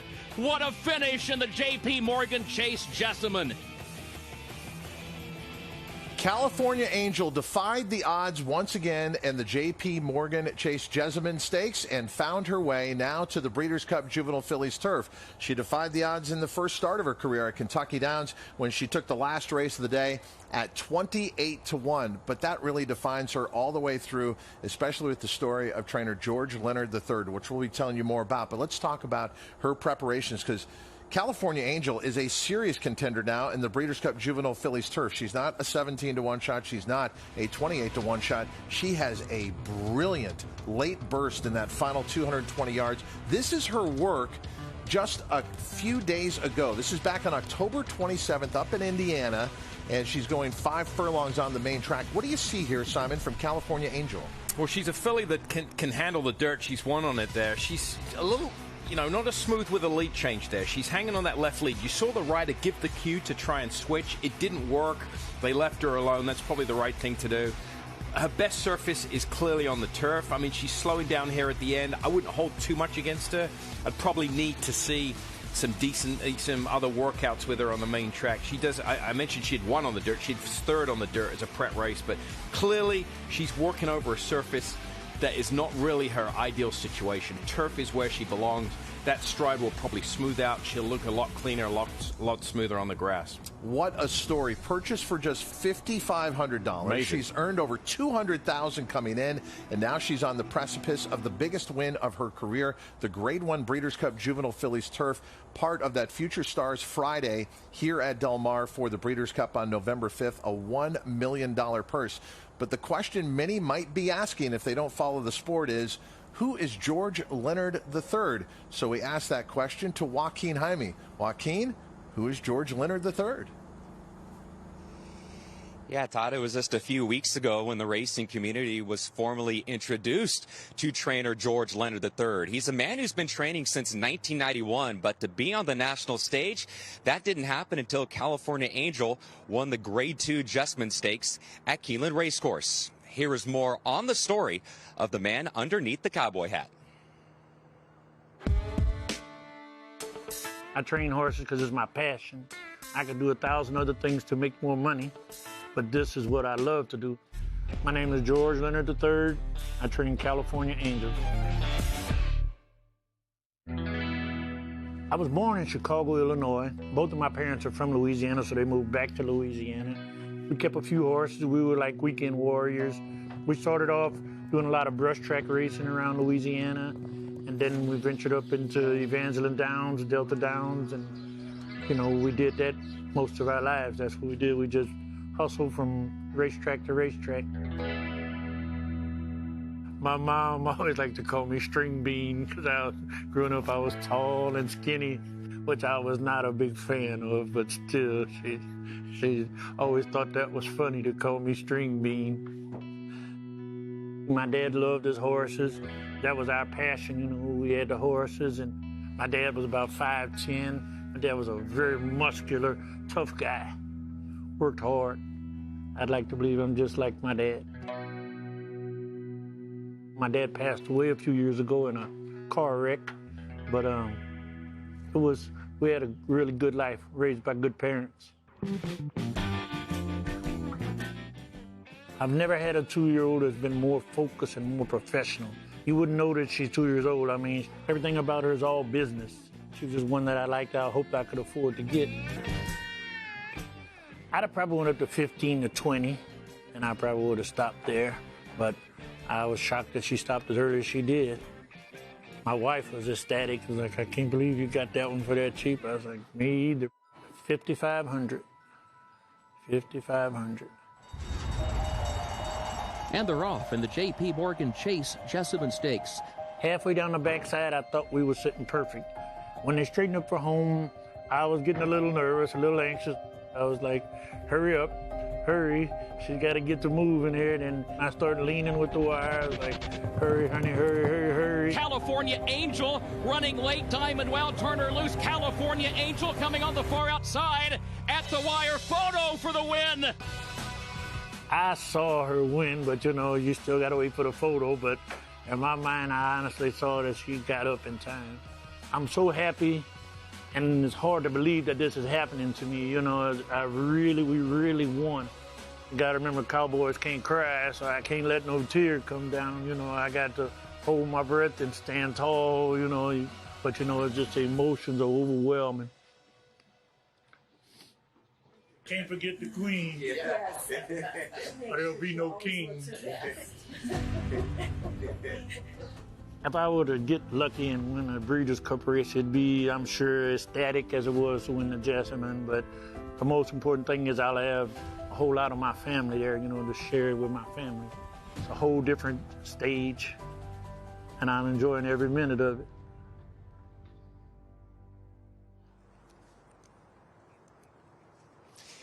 Well, California Angel, she is a perfect 2 for 2 on the turf course. And the way that she got her name was before she ran, George was telling the owners that everything she does around the barn and on the racetrack, she's just an angel. She was an angel to be around every step of the way before she even made her career debut.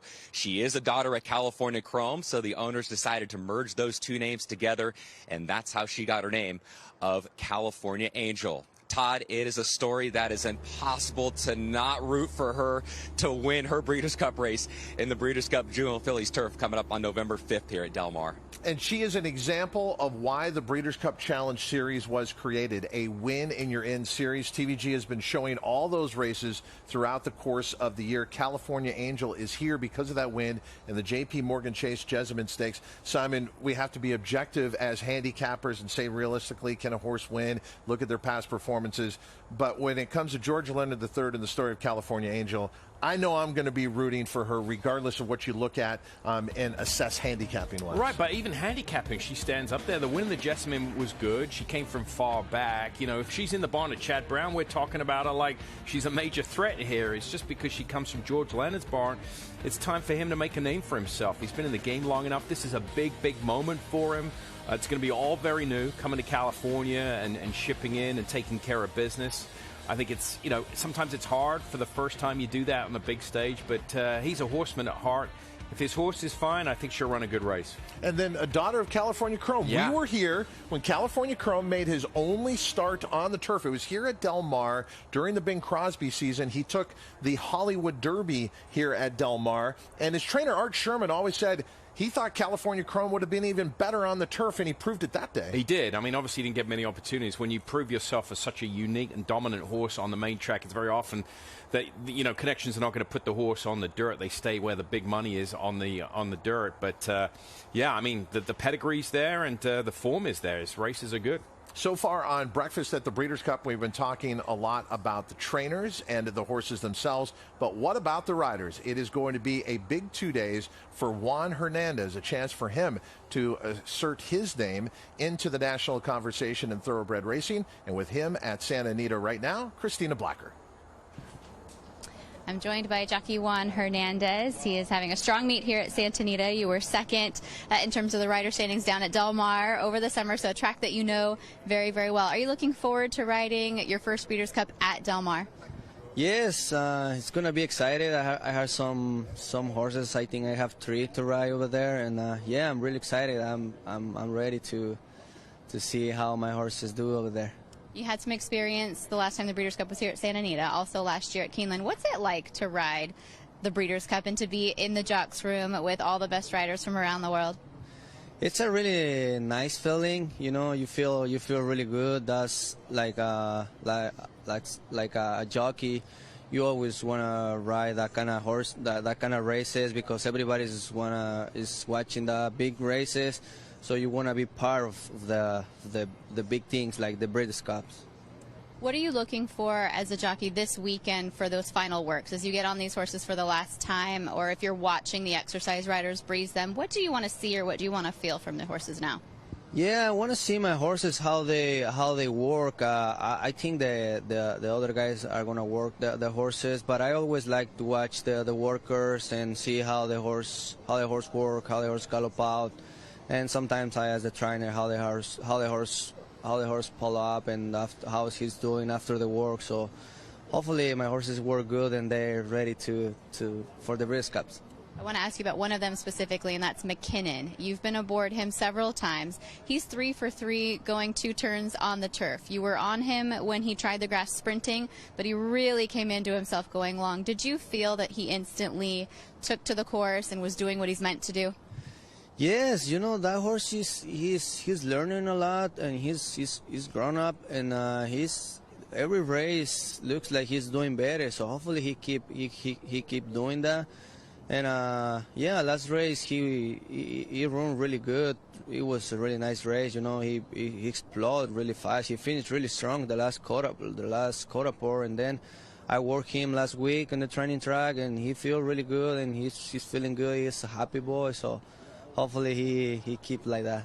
That's what we like to hear. Good luck at the Breeders' Cup, Juan. Thank you to everybody. Juan Hernandez here at Santa Anita, busy in the next couple days as we round out this meet. He's looking at about 3 mounts for the Breeders' Cup. Craig O'Brien still lining those up, but definitely on McKinnon in the juvenile turf.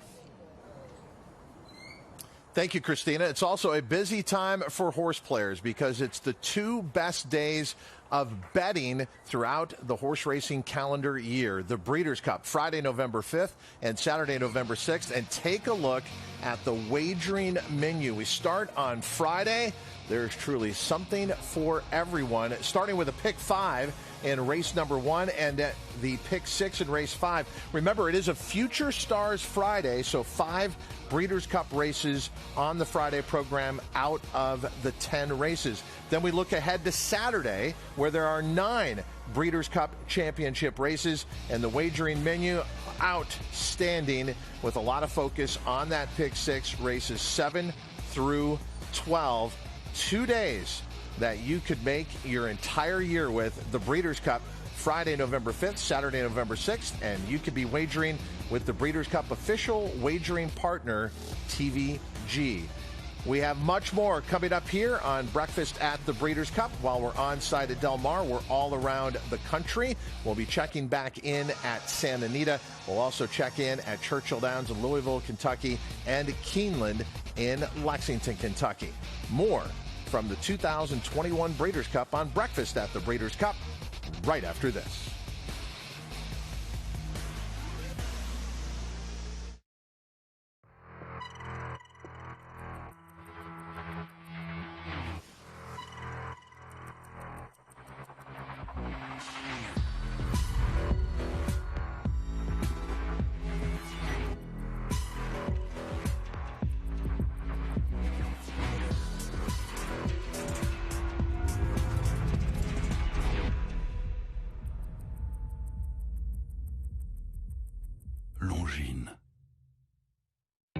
You know this type of place.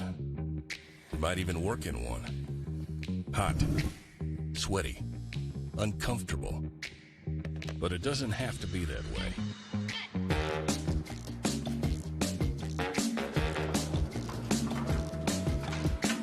Big-ass fans keep you cool, comfortable, and productive in any type of space. So no matter where you are, think big. Get cool. Catalina Cruiser. He won 7 of 9 starts coast to coast, with 6 triple-digit buyers and 5 dominating graded stakes wins, including a record in the Grade 2 True North Stakes, a son of leading 5th crop sire Union Rags, a $370,000 yearling with an imposing physical, and one of the best of his generation. There's only one Catalina Cruiser, now standing at Lane's End. The return of Sunday Silence. Sunday Silence surges to the front. It's Yoshida in front. Yoshida takes charge at the top of the stretch, and Yoshida wins the Turf Classic. Here comes Yoshida, storming home in the center with Gunnevera. Yoshida! Yoshida has won the one-word. The perfect balance. Yoshida.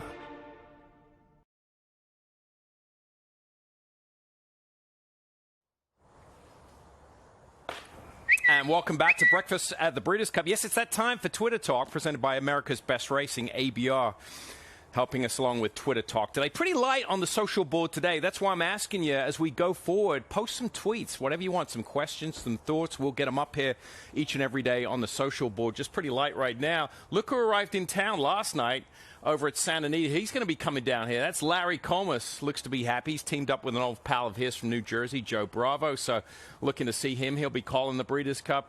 And then Hot Rod Charlie. We've talked about him earlier this week, and he's going to be one of the big threats in the Classic. A little comparison. Look, this was him when he was born as a foal, thanks to World Horse Racing. And they showed us picture of him. This is him as a foal, okay? So this would have been probably about 9-10 months after he was born.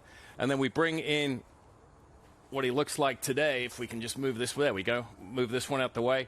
And this was him galloping at Santa Anita just a couple of weeks ago. So you can see what the transition from the foal into the fully developed racehorse. So that's all we have from the social board today. Remember, send us your tweets, thoughts, questions, anything. We'll get them up here each and every morning. For more, let's go to Joaquin Jaime. Well, Simon, one of the things people have been debating on recently on Twitter is trying to find the best Breeders' Cup race call. Let's be honest, that's going to be pretty hard to do. Legendary moments for 37 years of the Breeders' Cup, 3 different track announcers. That is going to be a tough job. But it's Twitter, so we're still going to try to do it anyways. If you want to get involved in this, you can go to TVG's Twitter handle. It's at TVG. Use the hashtag TVG bracket. We're going to start with the round of 16, and we have 8 first-round matchups. Let's take a look at the bottom left side of this bracket. A 4 versus a 13. You have the 1988 Distaff versus the 2010 Breeders' Cup Classic. Let's start first with Tom Durkin in the 88 Distaff. Shamsay is third toward the rail. Personal Ensign is putting her run in on the inside now. She takes to the outside. 5 lengths off the lead of Winning Colors, who turns for home here at Churchill Downs. Stevens going to a vigorous left-handed whip, holding on by 2. Goodbye Halo is charging hard. Here comes Personal Ensign, unleashing a furious run on the outside, but it is still Winning Colors. Goodbye Halo. Personal Ensign, a 16th of a mile from the wire. Winning Colors is there. Personal Ensign, a dramatic finish, and here is the wire, and it is Personal Ensign there with Winning Colors in a photo. Zenyatta is last. Mike Smith trying to find somewhere to run. They bunching up at the top of the lane now, though. Hainesfield, Espoir City's running a huge one as well. Looking at Lucky. Here comes Looking at Lucky. Etched is in there. Zenyatta now hooking to the grandstand side. And Zenyatta is now coming with her run. Looking at Lucky. Blaine. Blaine on the inside. Blaine gets the lead. Zenyatta on the outside. Looking at Lucky. Blaine. Zenyatta. Zenyatta. Zenyatta is flying. Blaine trying to hold on. Blaine. And Zenyatta. Blaine has won it ahead. Zenyatta ran her heart out but had to settle for second. Fly Down was third. And Looking at Lucky finished fourth. Well, there we have it. Two great races, two fantastic race calls, one by Tom Durkin, the other by Trevor Denman in the 2010 Breeders' Cup Classic. It was Winning Colors being defeated by Personal Ensign and Randy Romero to run her down late in the 88 distaff that year at Churchill Downs. And then 22 years later, it was another female who was trying to remain perfect and ending her career at Churchill Downs as well. That was Zenyatta, who was looking for back-to-back wins in the Breeders' Cup Classic in 2010. Unfortunately, she was defeated by Blame that year. And Todd and Simon, the winner of this group right here, they're going to be taking on the winner of either Cigar in 1995 for a race call for Tom Durkin, or it's going to be Flanders in 1994. Get involved. You can find it on TVG's Twitter handle. It is at TVG, and make sure you use the hashtag TVG bracket. And it's created a lot of discussion and debate. Going to be fun to see who advances moving on. I know Jill Byrne pointed out she had a little bit of an interest. She's saying, where's Awesome Again's Breeders' Cup Classic at Churchill Downs? But it's not always the race. It's the race call. And the race call was good that year as well. I know one of my favorites was when Ali Sheba and Ferdinand met each other in the Breeders' Cup Classic the first time that we had two Derby winners meet each other there. Right. I think that one of the top seeds, Zenyatta and Cigar, would be the other two that come to mind for me. That they'll be in the semifinals. There's no question about that. Then Larry Colmus pointed out on social media, he goes, I only got one in that entire bracket, just one. And the best part about Larry's one, which was a very good one, obviously, with American Pharoah pulling off the Grand Slam, he gets to go up against Tiz Now winning it for America. So Larry might be an early exit for it's you. Called one and done, Larry. It is. But you've had so many great ones over the years, and we look forward to what you're going to bring us this year on NBC. Let's get back into the preparations leading up to this year's Breeders' Cup here at Del Mar. And up at Santa Anita, Lieutenant Dan on the training track at Santa Anita. We don't often get to see a lot of workouts on the training track, but Lieutenant Dan comes in preparing for the Breeders' Cup Turf Sprint on quite a roll. And we were talking about the 5 furlongs here on the turf at Del Mar and how unique it is. Well, Lieutenant Dan is a horse that has a lot of experience here. In fact, 2 wins on that Del Mar turf course, 2 for 2, going 5 furlongs. Will that serve him well coming back here? Oh, no question about that. Look, I think he's a better horse on the turf. He spent the majority of his career in 2019 on the main track, but he's found a new home on the turf. He's never been worse than 3rd in 7 tries. Yeah, that's the training track. So that's the dirt track that's not only inside of the main track, but inside of the turf course, if you're not familiar with Santa Anita. Very tight turns.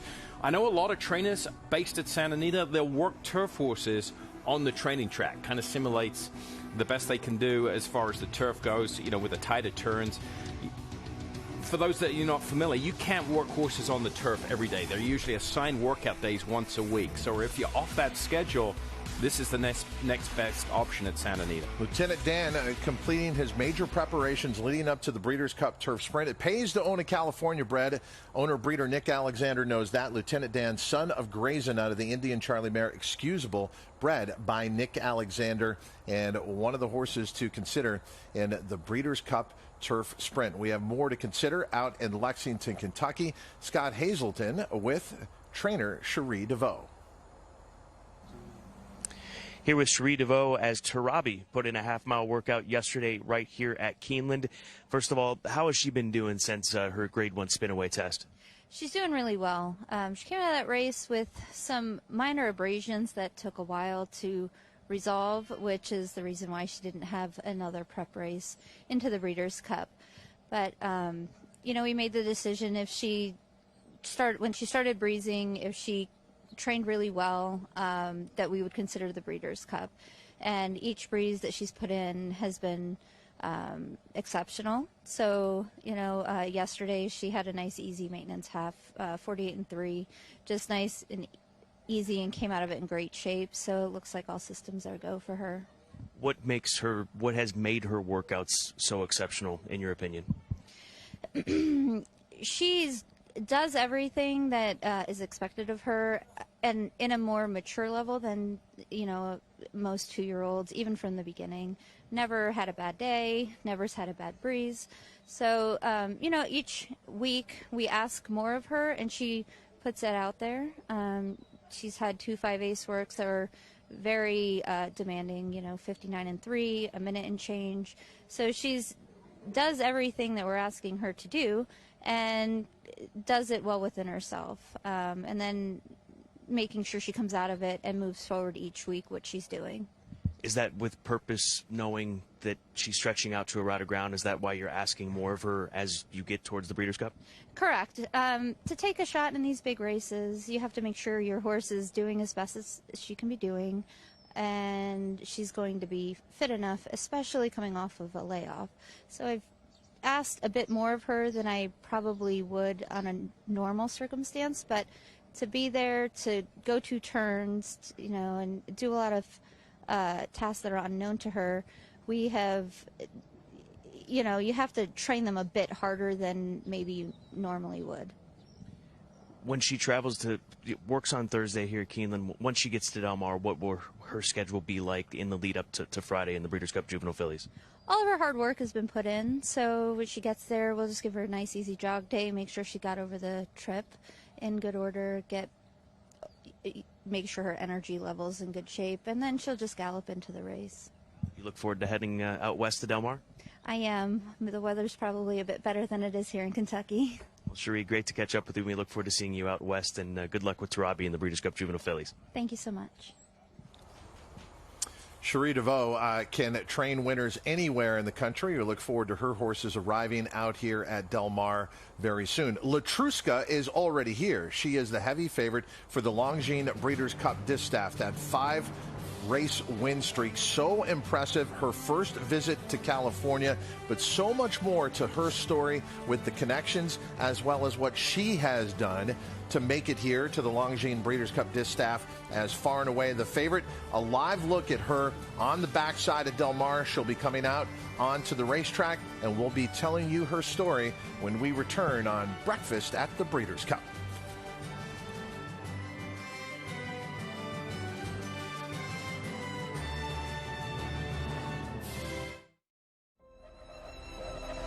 The November sale is a destination event for buyers and sellers around the world. The ambiance during the September sale was incredible. As we move into Keeneland November, I think people will find a new experience, a new atmosphere, new optimism. Anybody who participates, buying and selling, when they participate in Keeneland, they're reinvesting in the industry. That is the mission. It allows us to build for the future, and the future is bright. The future is bright at Keeneland November.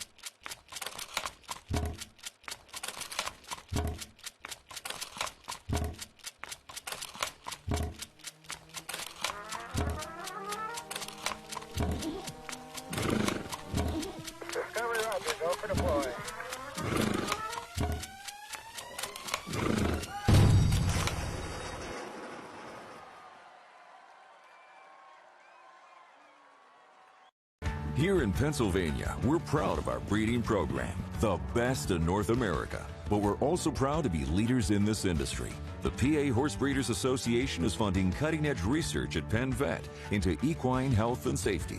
And we endorse the SAFE Act to help protect the most vulnerable horses. Plus, we're pleased to support the aftercare programs set up by our horsemen's groups. Just a few of the reasons why you should join us in Pennsylvania, the premier place to breed and race.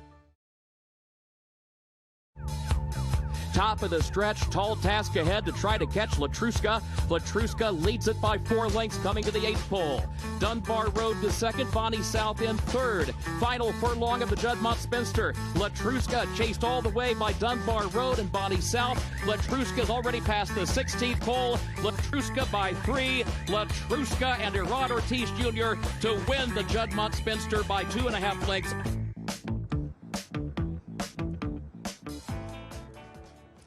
Welcome back, everybody. Breakfast at the Breeders' Cup continues here on TVG, and one of the best seasons that we have seen so far here on the racetrack this year has been put forth by Letruska. She is 6 for 7 this year, and she has racked up 4 Grade 1s. But even before coming here, she was a champion 3-year-old filly in Mexico.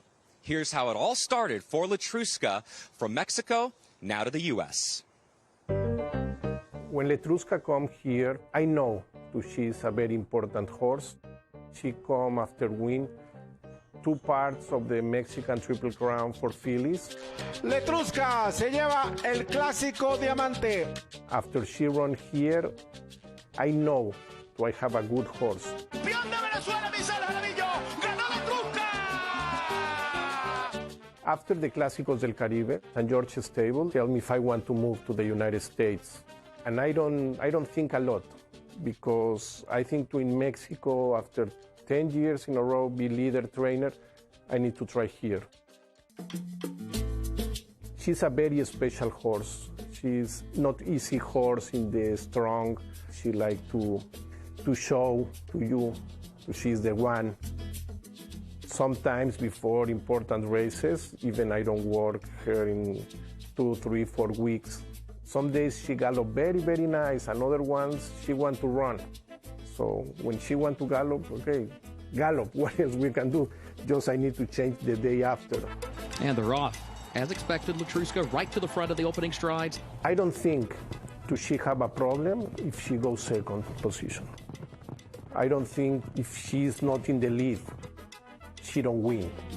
Letruska and Iran Ortiz Jr. to win the Juddmonte Spinster. Letruska right now, and maybe in the history for St. George's Stable, be the most important horse.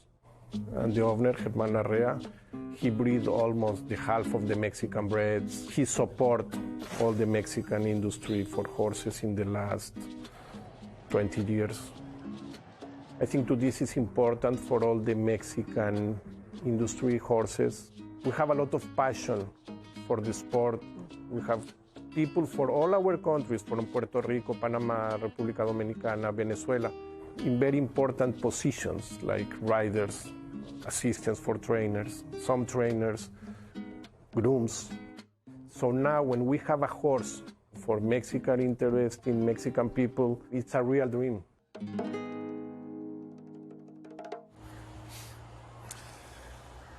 So we were talking about it earlier with Letruska. I mean, it's a free roll here, essentially. Even if she loses, she's going to win the Eclipse Award in her division. But you believe a Breeders' Cup Distaff then puts her at another level? Are we talking Zenyatta? Are we of modern race mares, we're talking about one of the all-time greats if she wins the Distaff? Well, I don't think so. I mean, when you talk about Monomoy Girl, Zenyatta, I think they're probably above her, but it certainly establishes her as a legitimate champion. But it was her win over Monomoy Girl that started this whole win streak. So exactly, if you're saying Monomoy Girl's in that conversation, she's already got a win over her. Then if she goes on and wins the Longines Breeders' Cup Distaff, I mean, that is a phenomenal record overall. She'd move it to 18 of 23. Yeah, I mean, it's phenomenal. I mean, he's done a tremendous job with her, and you're absolutely right. So, I mean, I think she's done enough. She's got a great body of work. Anytime you say you've won 17 out of 22, $2.2 million, but this will be the absolute cherry on top of the cake should she get the Distaff. Letruska, far and away the one to beat in the Longines Breeders' Cup Distaff. As far as the Longines Breeders' Cup Classic, the biggest prize of the 2 championship days of racing, Art Collector has come back to the form we expected from his 3-year-old season, and here he is at the age of 4, rediscovering that form under trainer Bill Mott. There was a lot to it by previous trainer Tom Drury Jr., who actually suggested this move to the East Coast, and it has worked out. So this has really been a team effort, and Bill Mott has, with Art Collector, had these 3 wins coming in, including a signature win last time out in the Grade 1 Woodward. Yeah, look, Bill Mott's had him. He's undefeated, but no disrespect to trainer Tom Drury. He did a phenomenal job with him. I mean, the 3 defeats were in the Preakness, the Breeders' Cup Dirt Mile, probably too short, and then he ran in the Kelly's Landing. Prior to that, he had blowout wins. He looks a little one-dimensional as far as that he likes to be on or close to the pace, but he is really coming into this race in good shape. Here he is galloping. You can see, we've seen some horses gallop this morning. This horse is not aggressive. He just looks well and healthy. Got his head down, and that makes the job for the exercise rider easy. He's not pulling too hard. Typical Bill Mott fashion. He's carrying 4 polos, 4 white bandages to prevent any injury or cuts, nicks, and scrapes. And he is just, I mean, he's a beautiful mover. I mean, he just floats over the ground. And he was the winner of the Grade 2 Toyota Bluegrass Stakes last year, but would end that was in July when they had canceled the spring meet. So in September, didn't make the Kentucky Derby, showed up in the Preakness, was 4th behind Swiss Skydiver, lost to Knicks Go in the Breeders' Cup Dirt Mile, but seems to be a better horse since all those big opportunities. Art Collector coming in with a serious chance in this year's Longines Breeders' Cup Classic, and he's one of those horses, as we talked about, you look at so much of that field, on or near the lead is where most of them want to be. Yeah, they certainly do, and he's no exception to that. I mean, if I'm taking a piece of video, and saying, I'm looking at a horse that, you know, is just perfect in a gallop, this would be it. Not too aggressive, just pulling against the rein, makes all his lead switches on cue and just floats over the ground. Look at him, switches to his left lead around the turn there. Just absolute perfect gallop. A homebred for Bruce Lunsford, Art Collector, son of Bernardini, out of the Distorted Humor mare, Distorted Legacy, bred in the Commonwealth of Kentucky, and coming in to the Longines Breeders' Cup Classic here at Del Mar. Then there is Idol, and Idol taking a look out on the racetrack. A horse that certainly had a big moment in the Big Cap. Looked like it was going to be a big year for him. Then he went to the sidelines. Yeah, then he went to the sidelines, lightly raced. He's been well managed. Disappointing effort last time out. He's going to need a huge effort to rebound off that. A lot of interest in the morning activity here leading up to the Breeders' Cup on Breakfast at the Breeders' Cup. We're going to reset the show.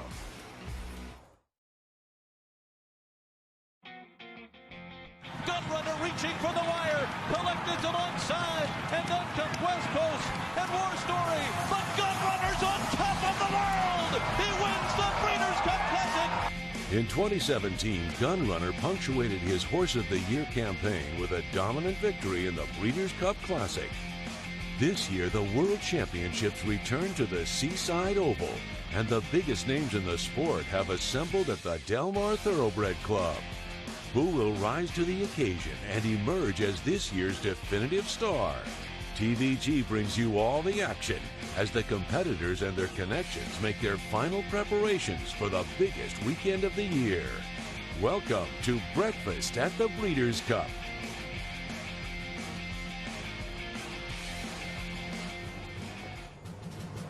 The moniker where the turf meets the surf can only be applied to one racetrack, the beautiful Del Mar Thoroughbred Club.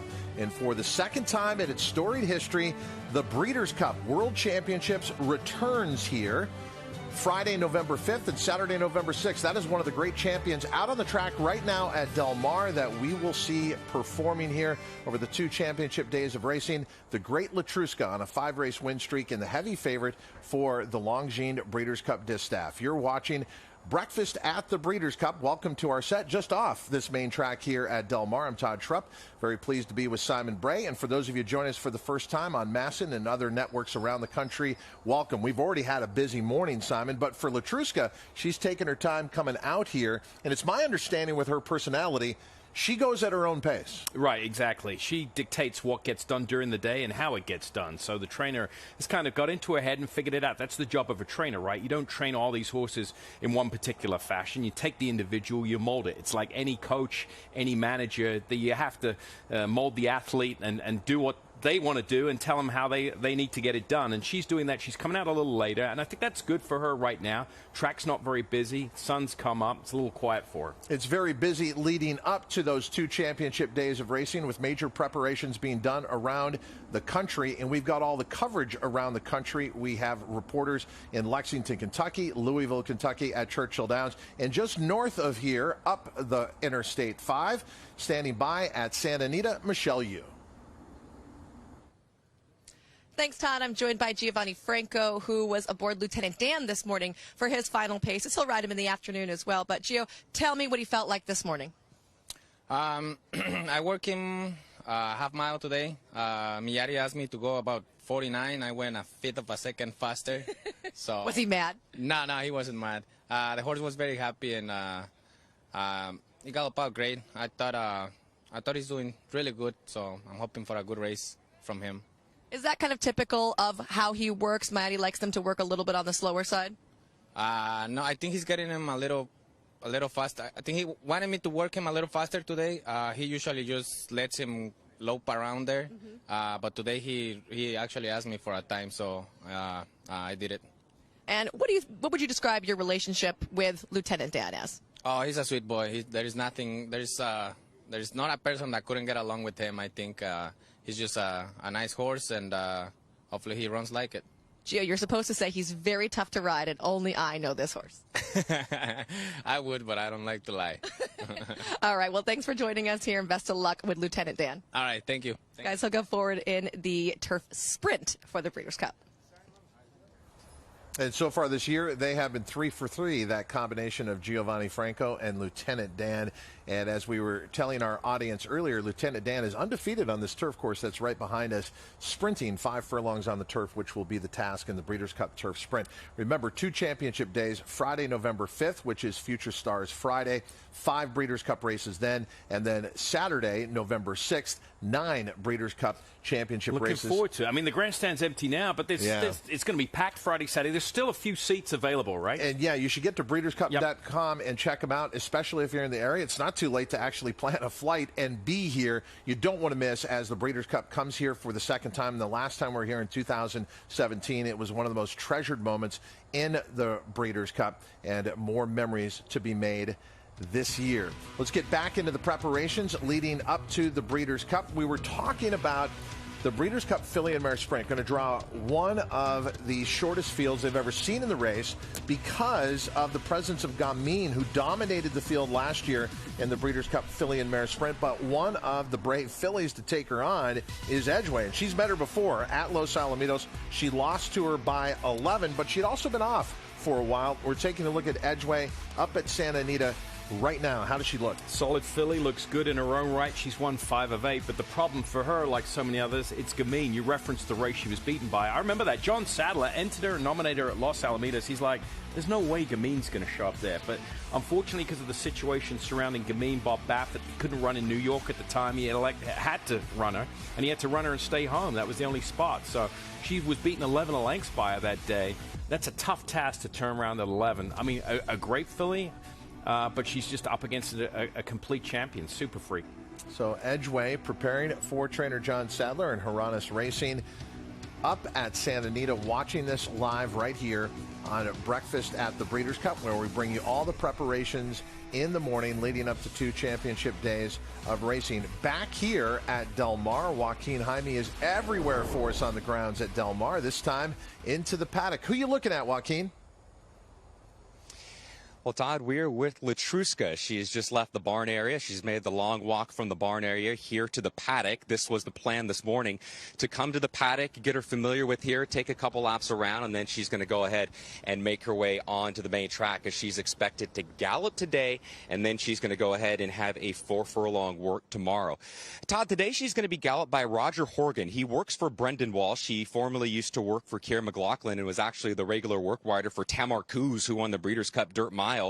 This meeting started with Fausto Gutierrez looking for an exercise rider at Keeneland, and it was perfect because Roger Horgan and Brendan Walsh, who he works for, were stabled in the same barn.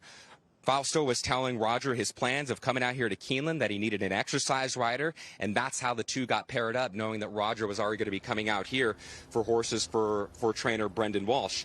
I asked Roger what he learned about riding Latruska for the first time the other day, because as we've heard from Fausto the past couple weeks, she has a mind of her own and she wants to do things on her own terms.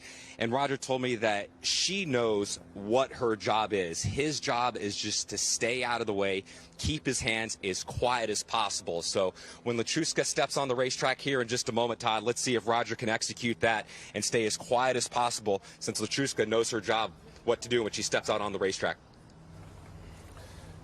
Simon, when you look at Breeders' Cup history, she reminds me of Tiz Now. Maybe not as dramatic with that headstrong personality. But I remember covering Tiz Now before he went to New York for the Breeders' Cup Classic. He was being prepared at Santa Anita, and Chris McCarron had to sit there trackside with him for literally 20 minutes before he broke off in his final workout. He was not going until he wanted to go. Latruska reminds me a little bit of that mentality. Yeah, great comparison there. Out of a kind of a smallish barn, not out of a huge powerhouse stable like Jay Robbins had at the time. Didn't have 100 horses. The same with the trainer here, Fausto. But, you know, that's a good point Joaquin brings up about the exercise rider. I think, you know, we underestimate it a little bit. We talk about the trainers, the owners, but the help. Nothing more important for a trainer than the exercise rider. I mean, the race can be over in a split second during training. You've got to find a good exercise rider, a team of people that can get along and work these horses. It's hard for smaller barns. We've seen horses like Bell's the One this year sidestep the Breeders' Cup logistically because of the flights they can't get here. It's a lot easier for big stables to ship horses halfway across the country. They just have the, you know, the workforce and the labor force to do that. A lot harder with a small barn. I like the fact that he planned and got an exercise rider that he knew was coming out here.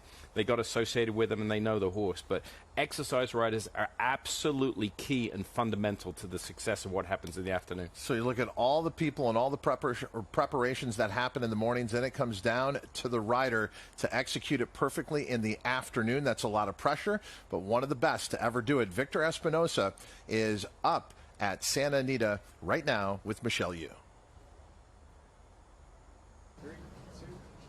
Joined right now by Hall of Famer Victor Espinosa. Victor, before we talk about your current Breeders' Cup mounts, let's go back. Tell me your favorite Breeders' Cup win. I know mine for you. Mine? Well, actually, it has to be Spain. Spain, it was one of my favorite Breeders' Cup because it was the first one, and I was excited, and I was not expecting to win, and, you know, one of those surprising things. So that's probably one of my, you know, favorite and good memories. All right, now you got to fast forward to my favorite one then. Let's talk about American Pharoah. Yeah, well, yeah, American Pharoah too. Yeah, and a very impressive horse that I ever rode in my entire career, and I still this day looking for the next one, but it's not easy to find it. Yeah, American Pharoah was one of the best horses I probably rode. All right, let's talk about your mounts this year. I'm going to start with Cece. We all know that Gamine is the reigning champion in the division, but Cece can make a case for herself, I feel like. She's been training, it looks like. Sensational. Yeah, she is. I mean, she's done good right now. I mean, she's ready to go. You know, one of those races is horse racing, so I know there's one tough in there, but you cannot go always forever. You know, it's one of these days they're going to get beat, and I hope it's the Breeders' Cup with Cece. What do you think about the distance for her? She's done everything. She ran in every distance, but I feel like 7/8 is her distance right now. As she get older, you know, it's just timing for her. Going long is very hard for me, but going short, like 7/8, it's much easier. So I feel very confident in going to the Breeders' Cup with Cece. All right, you also have Astronaut. What do you think about him? He has a win at Del Mar, which is always a plus. Yes, I mean, he loves that racetrack. It was quite a surprise when the last time that I went with him, and since then he's doing excellent. He looks outstanding good. I just visited this morning, and he looks ready to go. All right, and then Express Train in the Longines Breeders' Cup Classic. Can you make a case for his make an excuse, I guess, for his last couple of outs? I've been watching that horse run, and, you know, pretty much his whole career, and I feel like sometimes he did not perform as good as others, but, I mean, sometimes I will probably feel like I can do better with him, and hopefully in the Breeders' Cup, you know, trying to do something a little bit different than what he was running the last time. The last time he ran good. I mean, he was the only horse he was running in the end. But I really like that horse, and all he has to do in the post position, to me, if I can get good posts in the Breeders' Cup, I want to, you know, ride her the way he really, like, you know, can perform his best. What would be the ideal post? I like the outside. For some horses, I like the post outside, and I think it's one of those horses there has to be like a little bit outside or at least in the middle. Yeah, it is tough. You know, I don't want to jinx myself to be the inside, but you know, I mean, if it is what it is. If I get that, but I think his best for me, like, had a feeling that his best performance when he's just a little bit outside.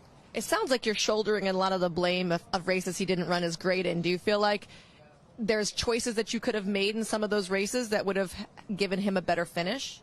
If I rode him, yeah, absolutely.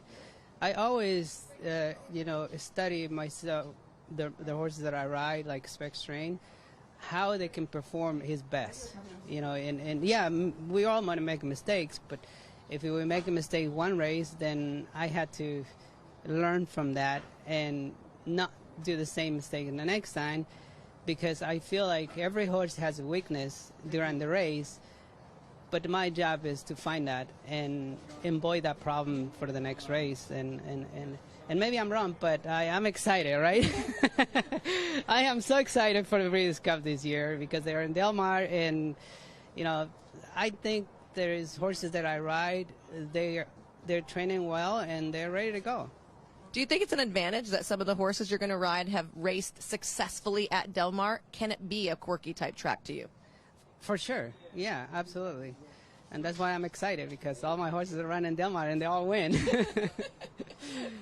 All right. Thanks so much for joining us, guys. Victor Espinosa going to be very busy for Breeders' Cup weekend. The very best at the Breeders' Cup, both the human athletes and the equine athletes, and looking forward to seeing Victor Espinosa here for those 2 championship days of racing. We've been following Latruska this morning. She is now out on the track. She's by Super Saver out of the successful appeal mare, Magic Appeal. And how's she looking out here this morning? Yeah, I'm interested to get a good look at her. We're going to be following her, obviously, daily on a daily basis. Segment coming up later. We're going to show you what a trainer's training chart looks like. And we're going to plot her chart, her course, up to the Breeders' Cup. Here she is. Very loose line galloping. Looks very, very good here and moving very well. She's just taking in her surroundings. Nothing to remark here. Only nothing but good news. No news is usually good news. Okay, so you've been talking about this throughout the morning, though, equating their running style in the afternoon with how they go in the mornings. In other words, a horse who likes to go gate to wire, get out on the lead and take them the whole way, sometimes can be aggressive in the mornings, but we've seen a lot of these horses with those running styles behave differently here in the mornings. Brad Cox was referring to Nick's go. He's always go, go, go. Yeah. But with Latruska, this seems pretty easy here because in the afternoon, she's lights out. Exactly. And that goes to my comment earlier I made about, yeah, physically you've got to have the right temperament or the right attributes, but mentally you've got to have the right temperament. She has that. She's aggressive in the afternoon. She knows when it's game time, but during practice, during training, she switches it off. If she trained like she raced, you probably wouldn't see the resume that she's got. Her races would have to be spaced out. They take a lot out of her, but she's a very good filly, and she's got the right mental attitude. Yeah, she is 6 for 7 on the year to include a big win over Monomoy Girl that got it all started with her 5-race win streak coming in.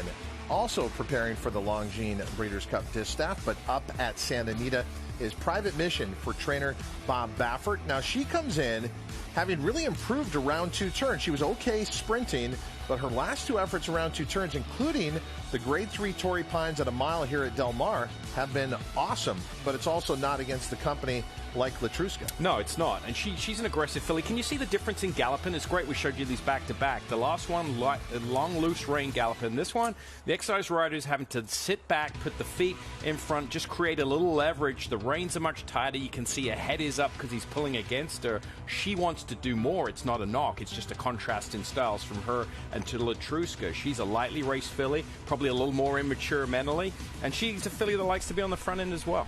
Private Mission took the Grade 2 Zenyatta last time out at Santa Anita. A win, and you're in to the Longines Breeders' Cup Distaff, and now the task to beat the mighty Latruska. Also from the Baffert barn, preparing for Future Stars Friday, is Barossa on the inside here in this company. And TVG is very proud to be in connection with the Thoroughbred After Carolinas to present this year's TVG Breeders' Cup Juvenile. Barossa, one of 3 horses in the race for trainer Bob Baffert. Yeah, I mean, he's got this race surrounded. Of course, Corniche would be the headliner. Well, it would be his first string. Barossa comes in off just a maiden win, so just one lifetime win into Stakes Company. I don't hold that against juveniles at this career. There are very few opportunities to run, right, when you're a late developing 2-year-old, but still, he's got to set up and get the right setup here. We are 1 week out from the first of 2 days of championship racing, the 38th Breeders' Cup here at Del Mar. We'll be back with more Breakfast at the Breeders' Cup after this.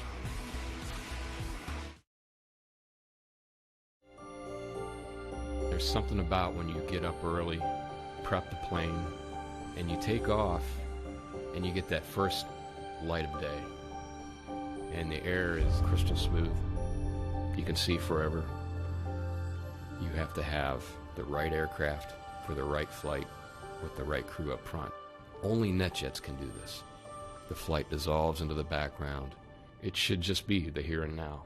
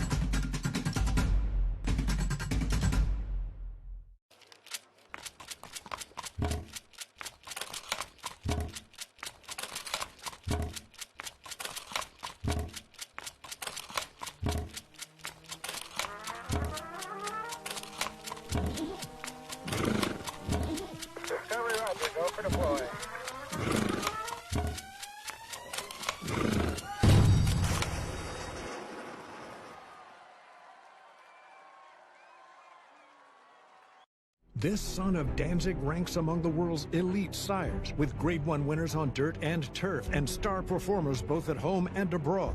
Warfront's success as an international super sire is unmatched. Recent stars include War of Will, a classic winner on dirt and Grade 1 winner on turf, Group 1 winner Homesman, and these standout performers. In the auction ring, his progeny continued to command top dollar. Warfront, standing at Claiborne Farm.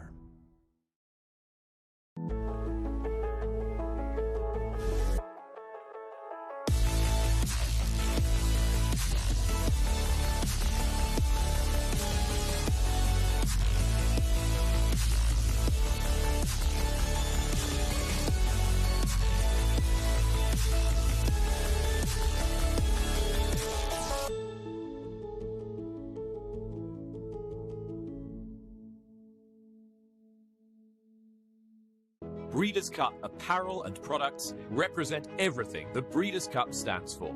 Handcrafted, expertly designed. Own a piece of the events that defines an industry. Available at breederscupshop.com.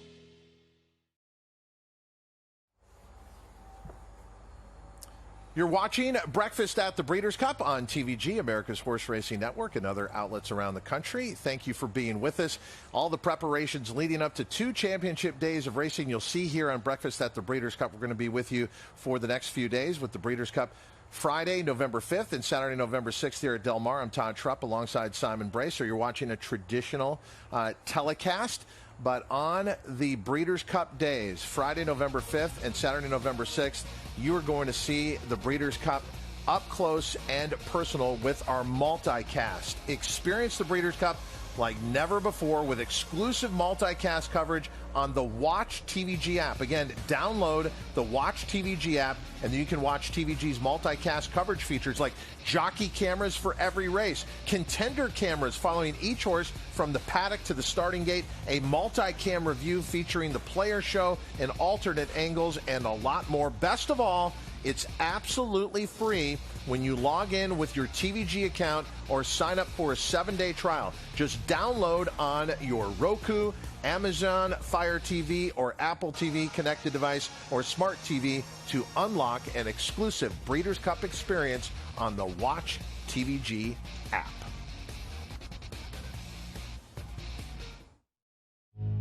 With the TVG app, get expert analysis and free handicapping advice from here. place a bet in just a few simple taps from here. And even stream races live from here. Access, analysis, and action from anywhere. Get a 50% bonus on your first deposit up to $250. On to the app, off to the races. At PNC Bank, we believe in the power of taking steps forward, moving ahead, whatever the pace and whatever the size. That's why we set out to help make it easier for everyone to move forward financially. With small business, personal banking, wealth, and corporate solutions that help you reach your goals and plan for the future. It's a girl. We're doing everything we can to help you get where you want to be. Because sometimes a little help is all you need. See how we can make a difference for you at PNC Bank. You know this type of place. You might even work in one. Hot, sweaty, uncomfortable. But it doesn't have to be that way.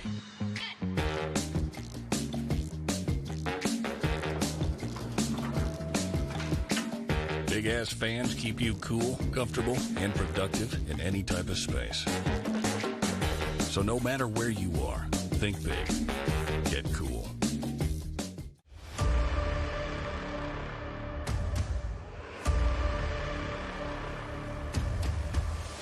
It's a Motown, the son of Uncle Mo, to win the Remsen.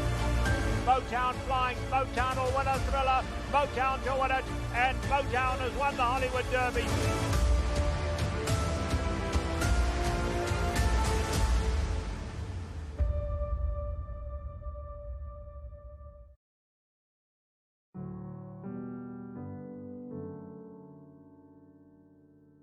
Written into the stars and into man's earliest recorded stories is a bond that has endured over millennia. That between human and horse. The die was cast when a tentative hand was held out to the first curious ancestor of the modern thoroughbred. Today, up and down America's shed rows, before even the early bird has gotten his worm, an army of devoted soldiers quietly rub the sleep from their eyes as an exhibition of friendly faces bid them good morning. Theirs is a job that runs a gamut of skills.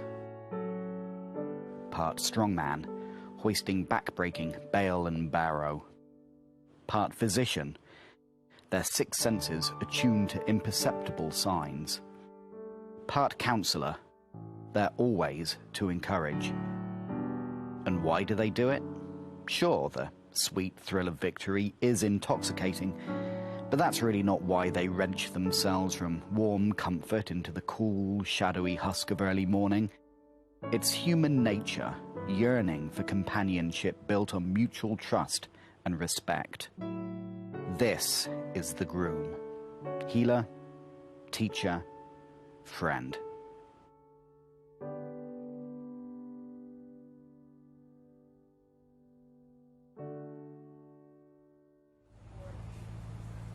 TVG is very proud to tell the stories of everyone at the Breeders' Cup on every level. And as we've talked about before, and we've done some segments where we sent Joaquin back there to be a groom for a morning.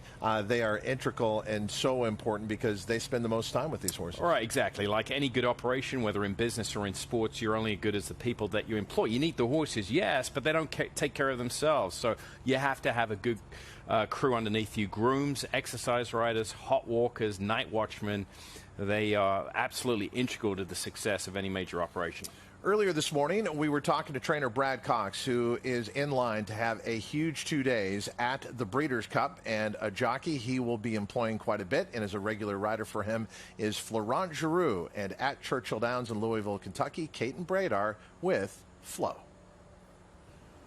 Right, Florent, you were on Juju's map. Tell me about her work. She worked great, actually. Good 5'8" in company, and she always been a good workhorse in the morning. So we expected a good work out of her, and she did it again. So we're very pleased with her, and hopefully she come back good out of it, and we are ready for next week. We know she's fast, but how is she mentally? She's doing great actually. She doesn't mind sitting off other horses, if she have to.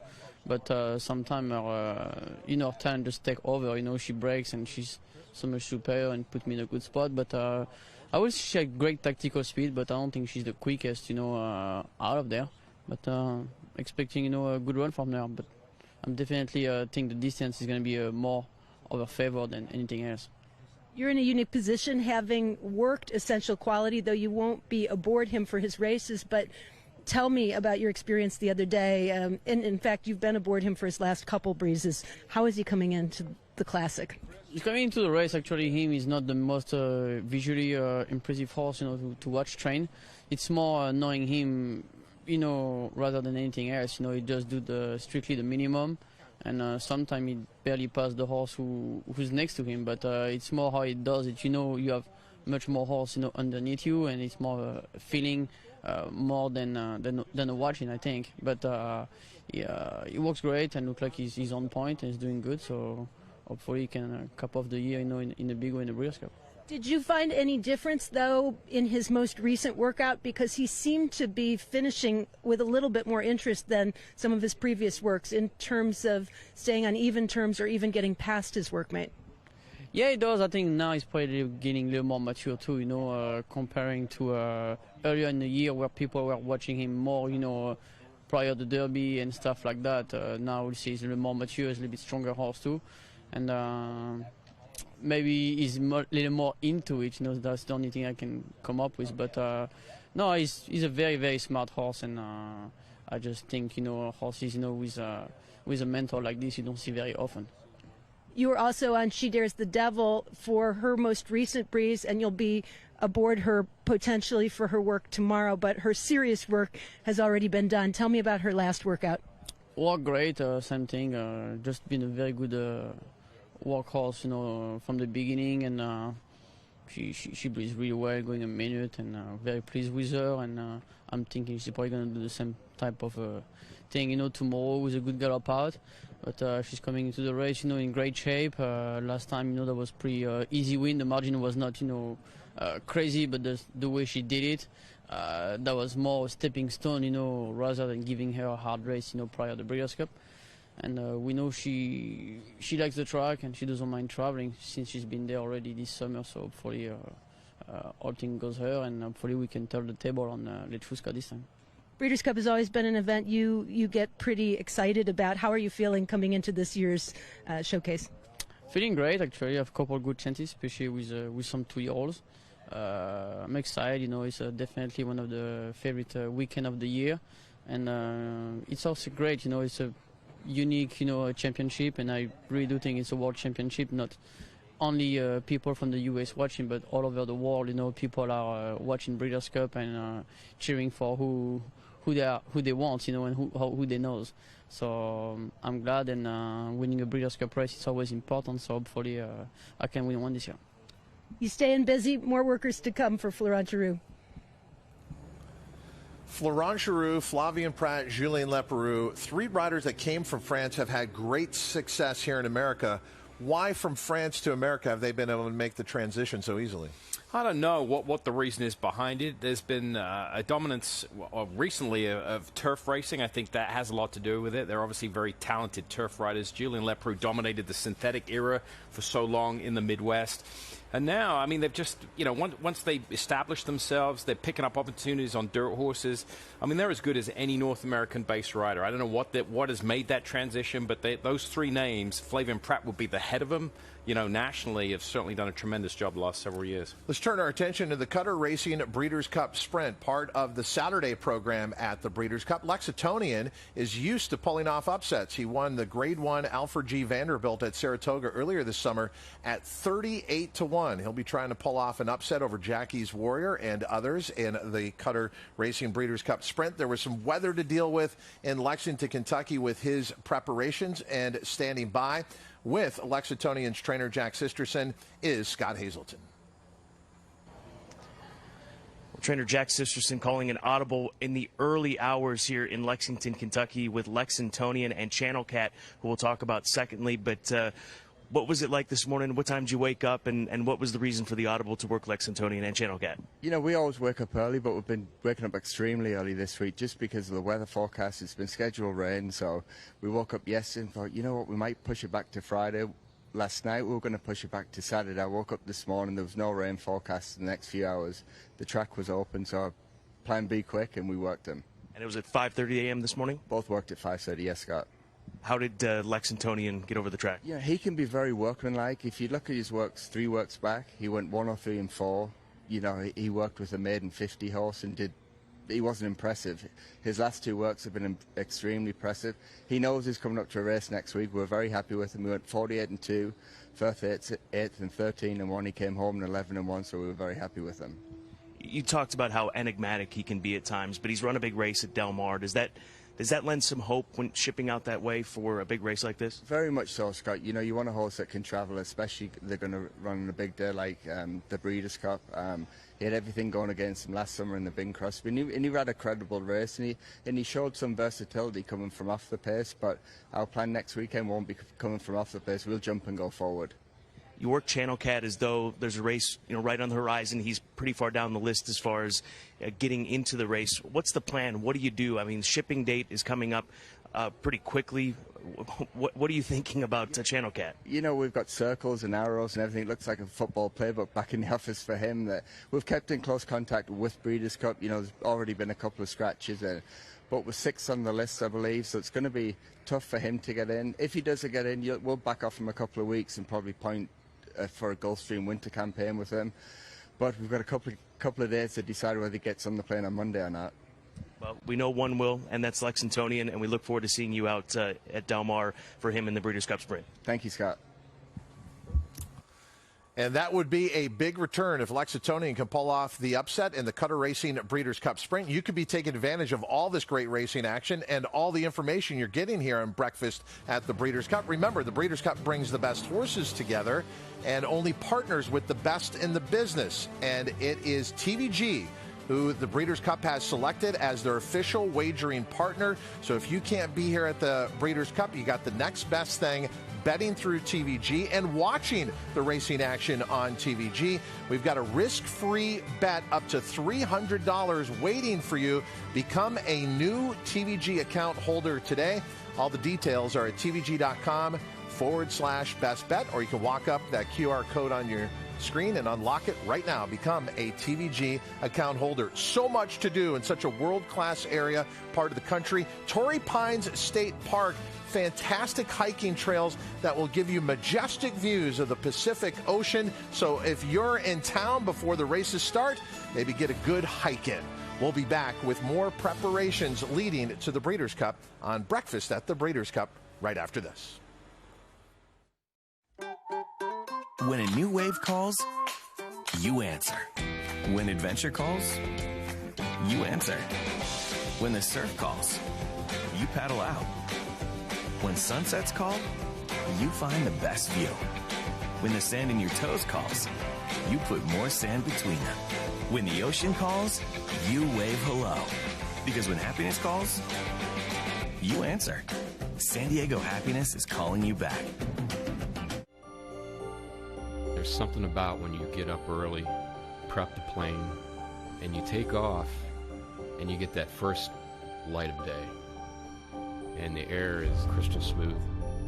You can see forever. You have to have the right aircraft for the right flight with the right crew up front. Only NetJets can do this. The flight dissolves into the background. It should just be the here and now.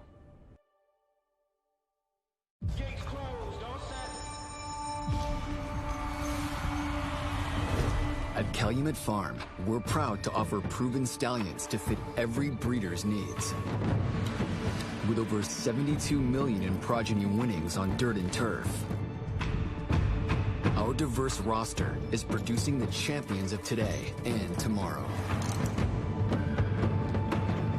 Calumet Farm, a legacy reborn.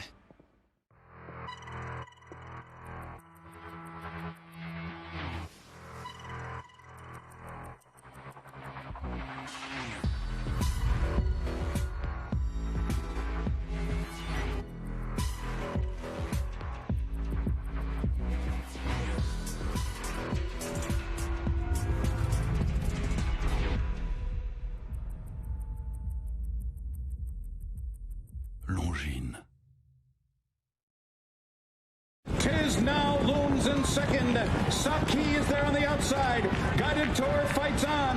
Galileo's under a heavy drive. He's still 6 lengths behind. Include will put his run through on the rail. Aptitude is taken wide by Gander. And the field turns for home. Here comes the arc winner, Saki, and he storms to the lead. Saki a narrow lead, and Tiz now is battling on the American Horse of the Year. And the arc winner are heads up with the Farron to go in the Classic. On the outside, Saki. Tiz now fights on. Here's the winner, desperately close. Tiz now wins it for America, beating Saki. To this day, there is only one horse who has won the Longines Breeders' Cup Classic back-to-back.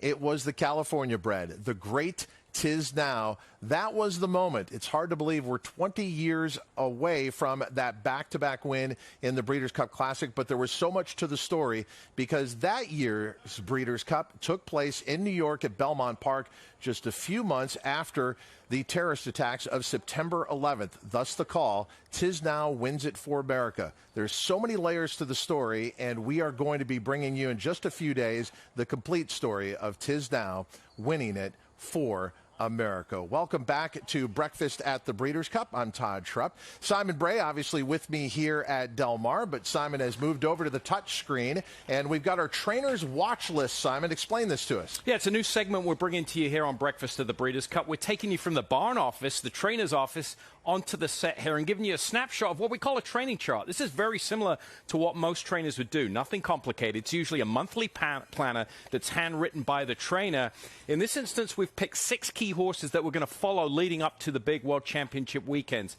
But, you know, if most trainers would have a monthly planner and they would work backwards from a key race date and plan what they're going to do. So we're going to fill in each and every day and follow these horses. So let's start with the 2 Brad Cox runners this morning. They both gallop, so you know, most trainers would just put the basic G in here. That indicates a gallop. We got word these horses are going to work tomorrow, so, you know, maybe we'll go ahead and just plan that, put the workout in. They're going to work. You would expect them to have an easy day Sunday and then just gallop into the rest of the week into the big races. Hot Rod Charlie from the Doug O'Neill barn, he galloped this morning as well, routine gallop. Medina Spirit, if you were watching the show earlier, we know he worked 3/4 of a mile. We listed it as 59 and change of 5/8 work. The official time the horse galloped out past the wire was 1:11 and change for 3/4. So what most trainers would do is just put that down as a work. 3/4 would be the distance. You've got to keep that in there so you know what's going on. Tomorrow we'd expect him to either walk or jog, have an easy day. Jackie's Warrior, just a routine gallop. And Latruska the same. We saw her moments ago. So yeah, it's basic, it's rudimentary, but this is key to success. You see it, you know, on a monthly planner, it's planned out. I've still got mine from 20 years ago, Todd, so I've kept my training charts of some good horses that I have. Nowadays, though, with the advent of the internet, a lot of Google Docs, a lot of Excel spreadsheets, so it's a little more high-tech, but the basic premise is the same. We're going to be following this throughout the week, Todd. Thank you, Simon. And following a lot of horses around here at Del Mar, particularly Latruska, Joaquin Jaime. Yeah, and Todd, when you get into an event like the Breeders' Cup, the medication, the testing, and safety protocols are going to be of the utmost importance for all of these equine athletes that are going to be participating in the Breeders' Cup over the 2 days here at Del Mar on November 5th and 6th for all 14 races. And that includes out-of-competition testing, both pre-race and post-race testing, but it includes out-of-competition testing for prohibited substances, comprehensive prohibitions on anabolic steroids, and other controlled substances. There's going to be a 24-hour equine security watch that does begin 72 hours from post time for their races, and there's going to be periodic inspections of both racing surfaces, both the main track here and the turf course here at Del Mar. There will be periodic inspections of both the turf and the dirt. There's also going to be top equine regulatory vets that are going to be coming in here from all over the country and from abroad too. There's going to be top equine vets that are going to be flying in from Europe. They are going to be inspecting these runners on site throughout the week leading up to the Breeders' Cup on November 5th and 6th. And also in cooperation with the California Horse Racing Board, the Breeders' Cup this year will feature the most up-to-date medical practices, including testing protocols and equine security programs. And Michelle, as we know, over the past couple of years, this is something that we've had a lot of change in our industry, and it's all for the better, Michelle, to protect these thoroughbred equine athletes. It definitely is, Joaquin, and we've seen a big forefront of that come right here at Santa Anita Park. I'm actually back on the backside right now, and to tie into what Simon was talking about, the training chart, we do know that Michael McCarthy is going to be working his trio of Breeders' Cup contenders tomorrow. Now, normally, Smooth Like Stray, who I'm standing here right next to, and Cece work in company together. They have been workmates for quite a long time. You have two high-caliber horses, and they just work out really well together. But I asked Mike McCarthy specifically, are they going to be in tandem like we're used to seeing? He said, honestly, I haven't made that decision yet. So we're kind of waiting for a game time call there to see if these two horses will work together or if they're going to be working solo. I will say this, I've actually spent a lot of time around Smooth Like Stray. If you're judging off attitude alone, this horse is extremely happy with himself and is on the muscle, I'll say. He is definitely here interested. He wants to take a bite out of me. I know you've been watching some replays, right? I'm not the horse that you need to beat. So, guys, out here in the McCarthy barn, we'll be looking tomorrow to see them on track. And we'll have all that for you here on Breakfast at the Breeders' Cup. Simon, what about the surroundings here at Del Mar? For those not familiar, this is also a fairgrounds. Racing is only part of what they do. So this is a temporary backside here. What will a lot of these horses be seeing when they finally get settled in here? Well, a lot of the walking rings here, there's no walking rings within the barn and within the enclosure. They're all outside. Most barns at Belmont, they're winterized for the weather. You can walk inside. So it was really eye-opening for me. You know, I was based on the East Coast for so long, came here for the first time. It was literally, you know, the truck came out, dumped a bunch of dirt, and all the employees had to make a handmade walking ring, put some sand out there. So, but look, it's not a problem. There won't be a full backside here. They're prepared for the meet. The fair is usually in the summer. So it's just getting used to the surroundings. It's every day you'll see a new piece of equipment that's in place. There'll be a new tent that's erected for the hospitality. The horses have to get used to that. And for all those arrivals, as horses make their way here for the Breeders' Cup, November 5th and November 6th, you'll see it right here on Breakfast at the Breeders' Cup. Our set is on the infield here at Del Mar. So many great spots to be here for the Breeders' Cup, and there still are some tickets left. Check them out at breederscup.com. Don't miss out as the Breeders' Cup returns to historic Del Mar Thoroughbred Club for the second time in its history. With the TVG app, get expert analysis and free handicapping advice from here. Place a bet in just a few simple taps from here. And even stream races live from here. Access, analysis, and action from anywhere. Get a 50% bonus on your first deposit up to $250. On to the app, off to the races.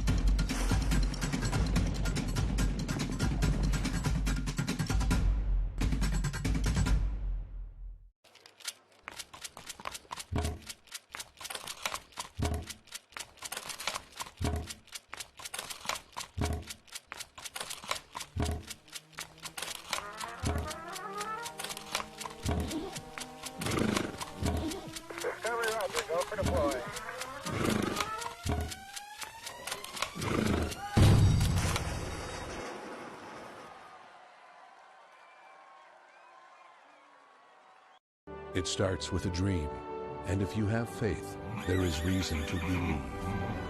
And when you believe, add patience and time, and the horse of a lifetime could be waiting inside.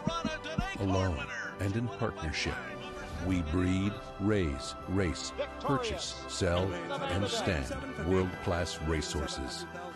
Come dream with us. Three Chimneys, where dreams are born. And it's Accelerate, and on the inside, Mendelssohn Thundersnow, roaring up between those two as they arrive at the also run. Ganavera's closing in late. It is Accelerate. He's coming down to the 16th pole in front. Thunder Snow on the inside is next. Then Mendelssohn, Ganavera, and Yoshida on the far outside. They're coming to the wire. And Accelerate wins the Breeders' Cup Classic.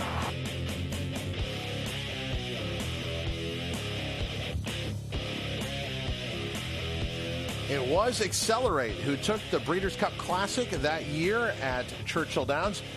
And maybe we've forgotten at that point, but it was not a good day for John Sadler prior to that. Catalina Cruiser flopped and the Big Ass Fans Breeders' Cup Dirt Mile, and then he had what was not a great record at the Breeders' Cup, and then it all changed with Accelerate. He's back for more this year. Yeah, look, I don't hold that against him. Bobby Frankel went through the same jinx with the Breeders' Cup, if you will. It took a long time for him to get a win. That win came with Squirtle Squirt, which probably many least expected if you're going to say Bobby Frankel's going to have his first Breeders' Cup win with Squirtle Squirt. So it happens. Sadler got a strong, stable, strong barn, comes with some live chances. And Tripoli is one of his big chances. After all, he did take the TVG Pacific Classic here, and so coming back to the track of his biggest win. But then he seemed to go backwards in the Awesome again last out. He returns now in the Longines Breeders' Cup Classic. I mean, he was a non-factor against Medina Spirit. Is his best good enough, talking about Tripoli in the Longines Breeders' Cup Classic? Because like we said, his best was the TVG Pacific Classic right here at Del Mar. Yeah, unfortunately, though, and, you know, the knockers here, I'm going to be one of them. He's beating Tiz Magician and Dr. Post. They would be 50-1 in the Breeders' Cup Classic. Now, you can't always make that correlation. You know, if it was that easy, you just look down and see who horses beat. But, you know, you can go further through his past performances. It was a good race, but I think he's up against it in the Classic. It is the biggest prize of 2 days of championship racing, the Longines Breeders' Cup Classic.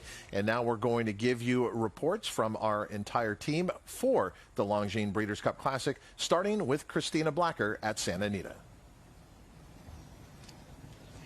Todd, speaking of Tripoli, he is scheduled to have his final work tomorrow morning here at Santa Anita. I did get a chance to speak with John Sadler this morning. He said 6:30 he'll get the fresh track. That'll be Tripoli, one of the first horses we will have our eyes on here, and we'll have that for you very early on tomorrow's breakfast at the Breeders' Cup Show. The plan is for him to work tomorrow, and then as you saw in the training chart from Simon, he'll have an easy walk day on Sunday, and then the Sadler horses will ship on Monday down to Del Mar. As far as Medina Spirit goes, we showed you that work earlier this morning as well. Same thing for him, an easy day tomorrow. He will ship down to Del Mar on Monday, according to Jimmy Barnes. Michelle, how about some of the other classic contenders that we have here at Santa Anita? What are their plans? Well, Christina, right now we have Express Train here for trainer John Sheriffs. He's actually slated to work on Sunday here and then ship down the next day. Looking at Express Train, we talked earlier to Victor Espinosa. It sounds like he already has some plans in mind for changes that he wants to make for Express Train, who does love Del Mar. He's got 3 victories over the surface. Also, Stiletto Boy put in his final paces here. He actually worked on Tuesday in a very good 59 and change, which is a good work for him, and he shipped down yesterday, so he should already be on the grounds down at Del Mar. We'll say a nice improved work from him in the morning, as Ed Moger will send him postward for his brother Steve. They bought that horse out of a Fasig-Tipton July Horses of Racing sale, so it's been a great thing for them since purchasing him. Kaiten, how about you? What do you got for the Classic Roundup? Well, the 2 grays in the Brad Cox barn, Essential Quality and Knicks Go, couldn't be more different as far as their personalities out on the racetrack, although they're both pretty good, mild-mannered, and pretty nice to be around in the barns. Knicks Go is all go out on the racetrack, so as a result, he usually trains pretty late in the day. He galloped this morning last set, whereas Essential Quality goes first set, and the same will be true tomorrow as they're scheduled to complete their final major preparations working for the Breeders' Cup Classic. Essential Quality scheduled to breeze first thing at 5:30 when the track first opens up, whereas Knicks Go will breeze 7:30 when the track reopens after the renovation break and a time designated just for workers. Essential Quality will work with a jockey on board, whereas Knicks Go will have an exercise rider on board, and Knicks Go almost always works by himself under restraint for fear of doing too much. Joaquin? Well, Caton, here at Del Mar, there are 3 contenders for the Breeders' Cup Classic that are already here, starting with the 3-year-old Hot Rod Charlie, looking to give his trainer, Doug O'Neill, his first victory in the Breeders' Cup Classic. I spoke to his assistant, Leandro Mora, earlier today. He told me that Hot Rod Charlie was on the track earlier today, went for a 1.5-mile gallop, and Hot Rod Charlie is expected to have his final workout for the Breeders' Cup Classic coming up tomorrow. Art collector for Hall of Famer Bill Mott. He's a 2-time winner of the Breeders' Cup Classic, and he seeks his 3rd with Art Collector this year. The Bill Mott horses, they arrived on Tuesday, and Bill Mott told me he's going to have a decision to make early tomorrow morning if Art Collector is either going to work Saturday morning or Sunday morning. Steve Asmussen, he is also a 2-time Breeders' Cup Classic winner. He won with Gunrunner and also Curlin. He brings in Max Player this year. I spoke to his assistant, Scott Blasi, early this morning, and Scott told me that Max Player was also out on the racetrack earlier today for a 1.5-mile gallop, but they are going to wait until Monday. Max Player will have his final workout for the Breeders' Cup Classic on Monday here from Del Mar. So, Todd, for at least three contenders that are already based here at Del Mar, a little bit of a sleepy day, pretty quiet for them, but of course that's going to be changing over the next few days for these 3 horses here at Del Mar. Joaquin, everyone, thank you for the fantastic work. And Simon, even when it's quote-unquote a sleepy day, every day is important because you don't want any setbacks along the way, whether it's schooling here in the paddock or out for your final workout. Yeah, look, a trainer's job any day of the week, but particularly going into these types of races, your job is just to prevent something going wrong. You've got to eliminate the risk factor. You've just got to bring the risk factor down to 0, and it's very tough. I mean, every time you come into the barn in the morning, there's usually a surprise one way or the other, and usually not good. So you just have to limit those risks and take good care and good precautions, you know, to make sure the horses get to the big day in one piece. And the latest news you will see here on Breakfast at the Breeders' Cup leading up to those 2 championship days of racing. Earlier in the show, we were telling you about Echo Zulu, who is clearly the favorite for the NetJets Breeders' Cup Juvenile Fillies. But there's another horse coming in fantastic form, a dominating win in the Pocahontas last time out at Churchill Downs. That's Hidden Connection for trainer Brett Calhoun. And Kate and Bradar caught up with him earlier today in Louisville, Kentucky. Brett, your Hidden Connection completed her last workout yesterday before shipping to California. How did she come out of the work? Looks great, cleaned up last night. I think it was pretty effortless work. We got just what we wanted. You know, sometimes you don't get exactly what you want. You're too slow, too fast. But I told Ray Lou to go somewhere around 101, 102. You know, I didn't want her to gallop out too much, and he hit it right on the nose. I caught him 101. I think the clockers got a minute and 4/5, but it was pretty easy, relaxed work, and seemed to have bounced out of it well. You said to me beforehand that you didn't want too fast to work out. Is she a filly that has that kind of speed that can be a concern? Well, she's fast, but she's not rank. But I think sometimes she's a little deceiving to the rider, and she'll go a little quicker than they think she's going. So I wasn't completely sure what I was going to get yesterday, but I got exactly what I wanted. Walk me through what happens next, what the plan will be leading up to Breeders' Cup. Basically, she walked today, jogged tomorrow, and then she'll gallop into the race. When we get out there, she'll school some. But, you know, all the heavy lifting's done, just trying to get out of there safely. You know, they've got a lot to overcome with the shipping, the way shipping is these days, and transportation. It's going to be a long trip, and you don't know how they're going to accept that. You've been down this road before, and you've enjoyed success in the Breeders' Cup, but this strikes me as a little bit different, given that it's a 2-year-old filly and the depth of the juvenile fillies field this year. Talk a little about how you're feeling. Yeah, some very, very good fillies. Obviously, I've paid attention to them all along. I haven't been around Steve's filly as much. I've just watched her a lot. Obviously, I see Brad's filly train regularly, and she's a really good moving filly. Obviously, there's some other good ones in there, but I think numbers-wise, you look at speed figures and break it down that way, we stack up with the top ones. And finally, your thoughts just about Ray Gutierrez and Hidden Connection, and it'll be his first time in the Breeders' Cup, but he obviously has a good relationship with the filly. Yeah, you know, I think there's always some concern from the outside and staying with a young rider that doesn't have experience in those kind of races, but I have a lot of confidence in Ray Lou. You know, I don't think the outside noise gets to him. He knows her very well, has a lot of confidence in her, and I have a lot of confidence in him. We wish you good luck, and we will see you when you get to California. Thank you. As far as first-time Breeders' Cup jockeys or success rates, Brett Calhoun's done pretty well in the past. One of the Breeders' Cup wins came with a first-time Breeders' Cup victory rider in Jamie Theriault.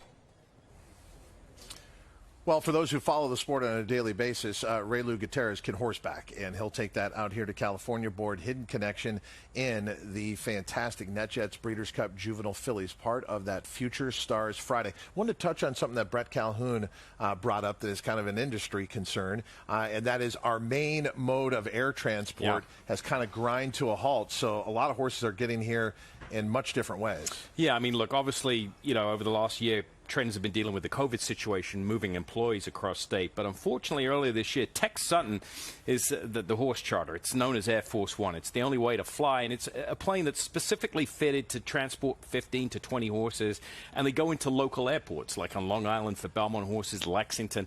Unfortunately, that went by the wayside due to leasing airplane problems. So logistically, to get the horses out here, the Breeders' Cup did a great job in signing a contract with FedEx. They provided 2 flights to get horses out here. And unfortunately, it's not the way that most trainers are accustomed to getting their horses out here. It's a different mode of transport. All the Tex Sutton employees, the flying grooms, will be employed to negotiate that trip from both the East Coast, the Midwest, and the East. But it's not ideal. There's more vanning involved to get to the locations. FedEx has a hub center, I think, in Indianapolis that the horses have to stop off at.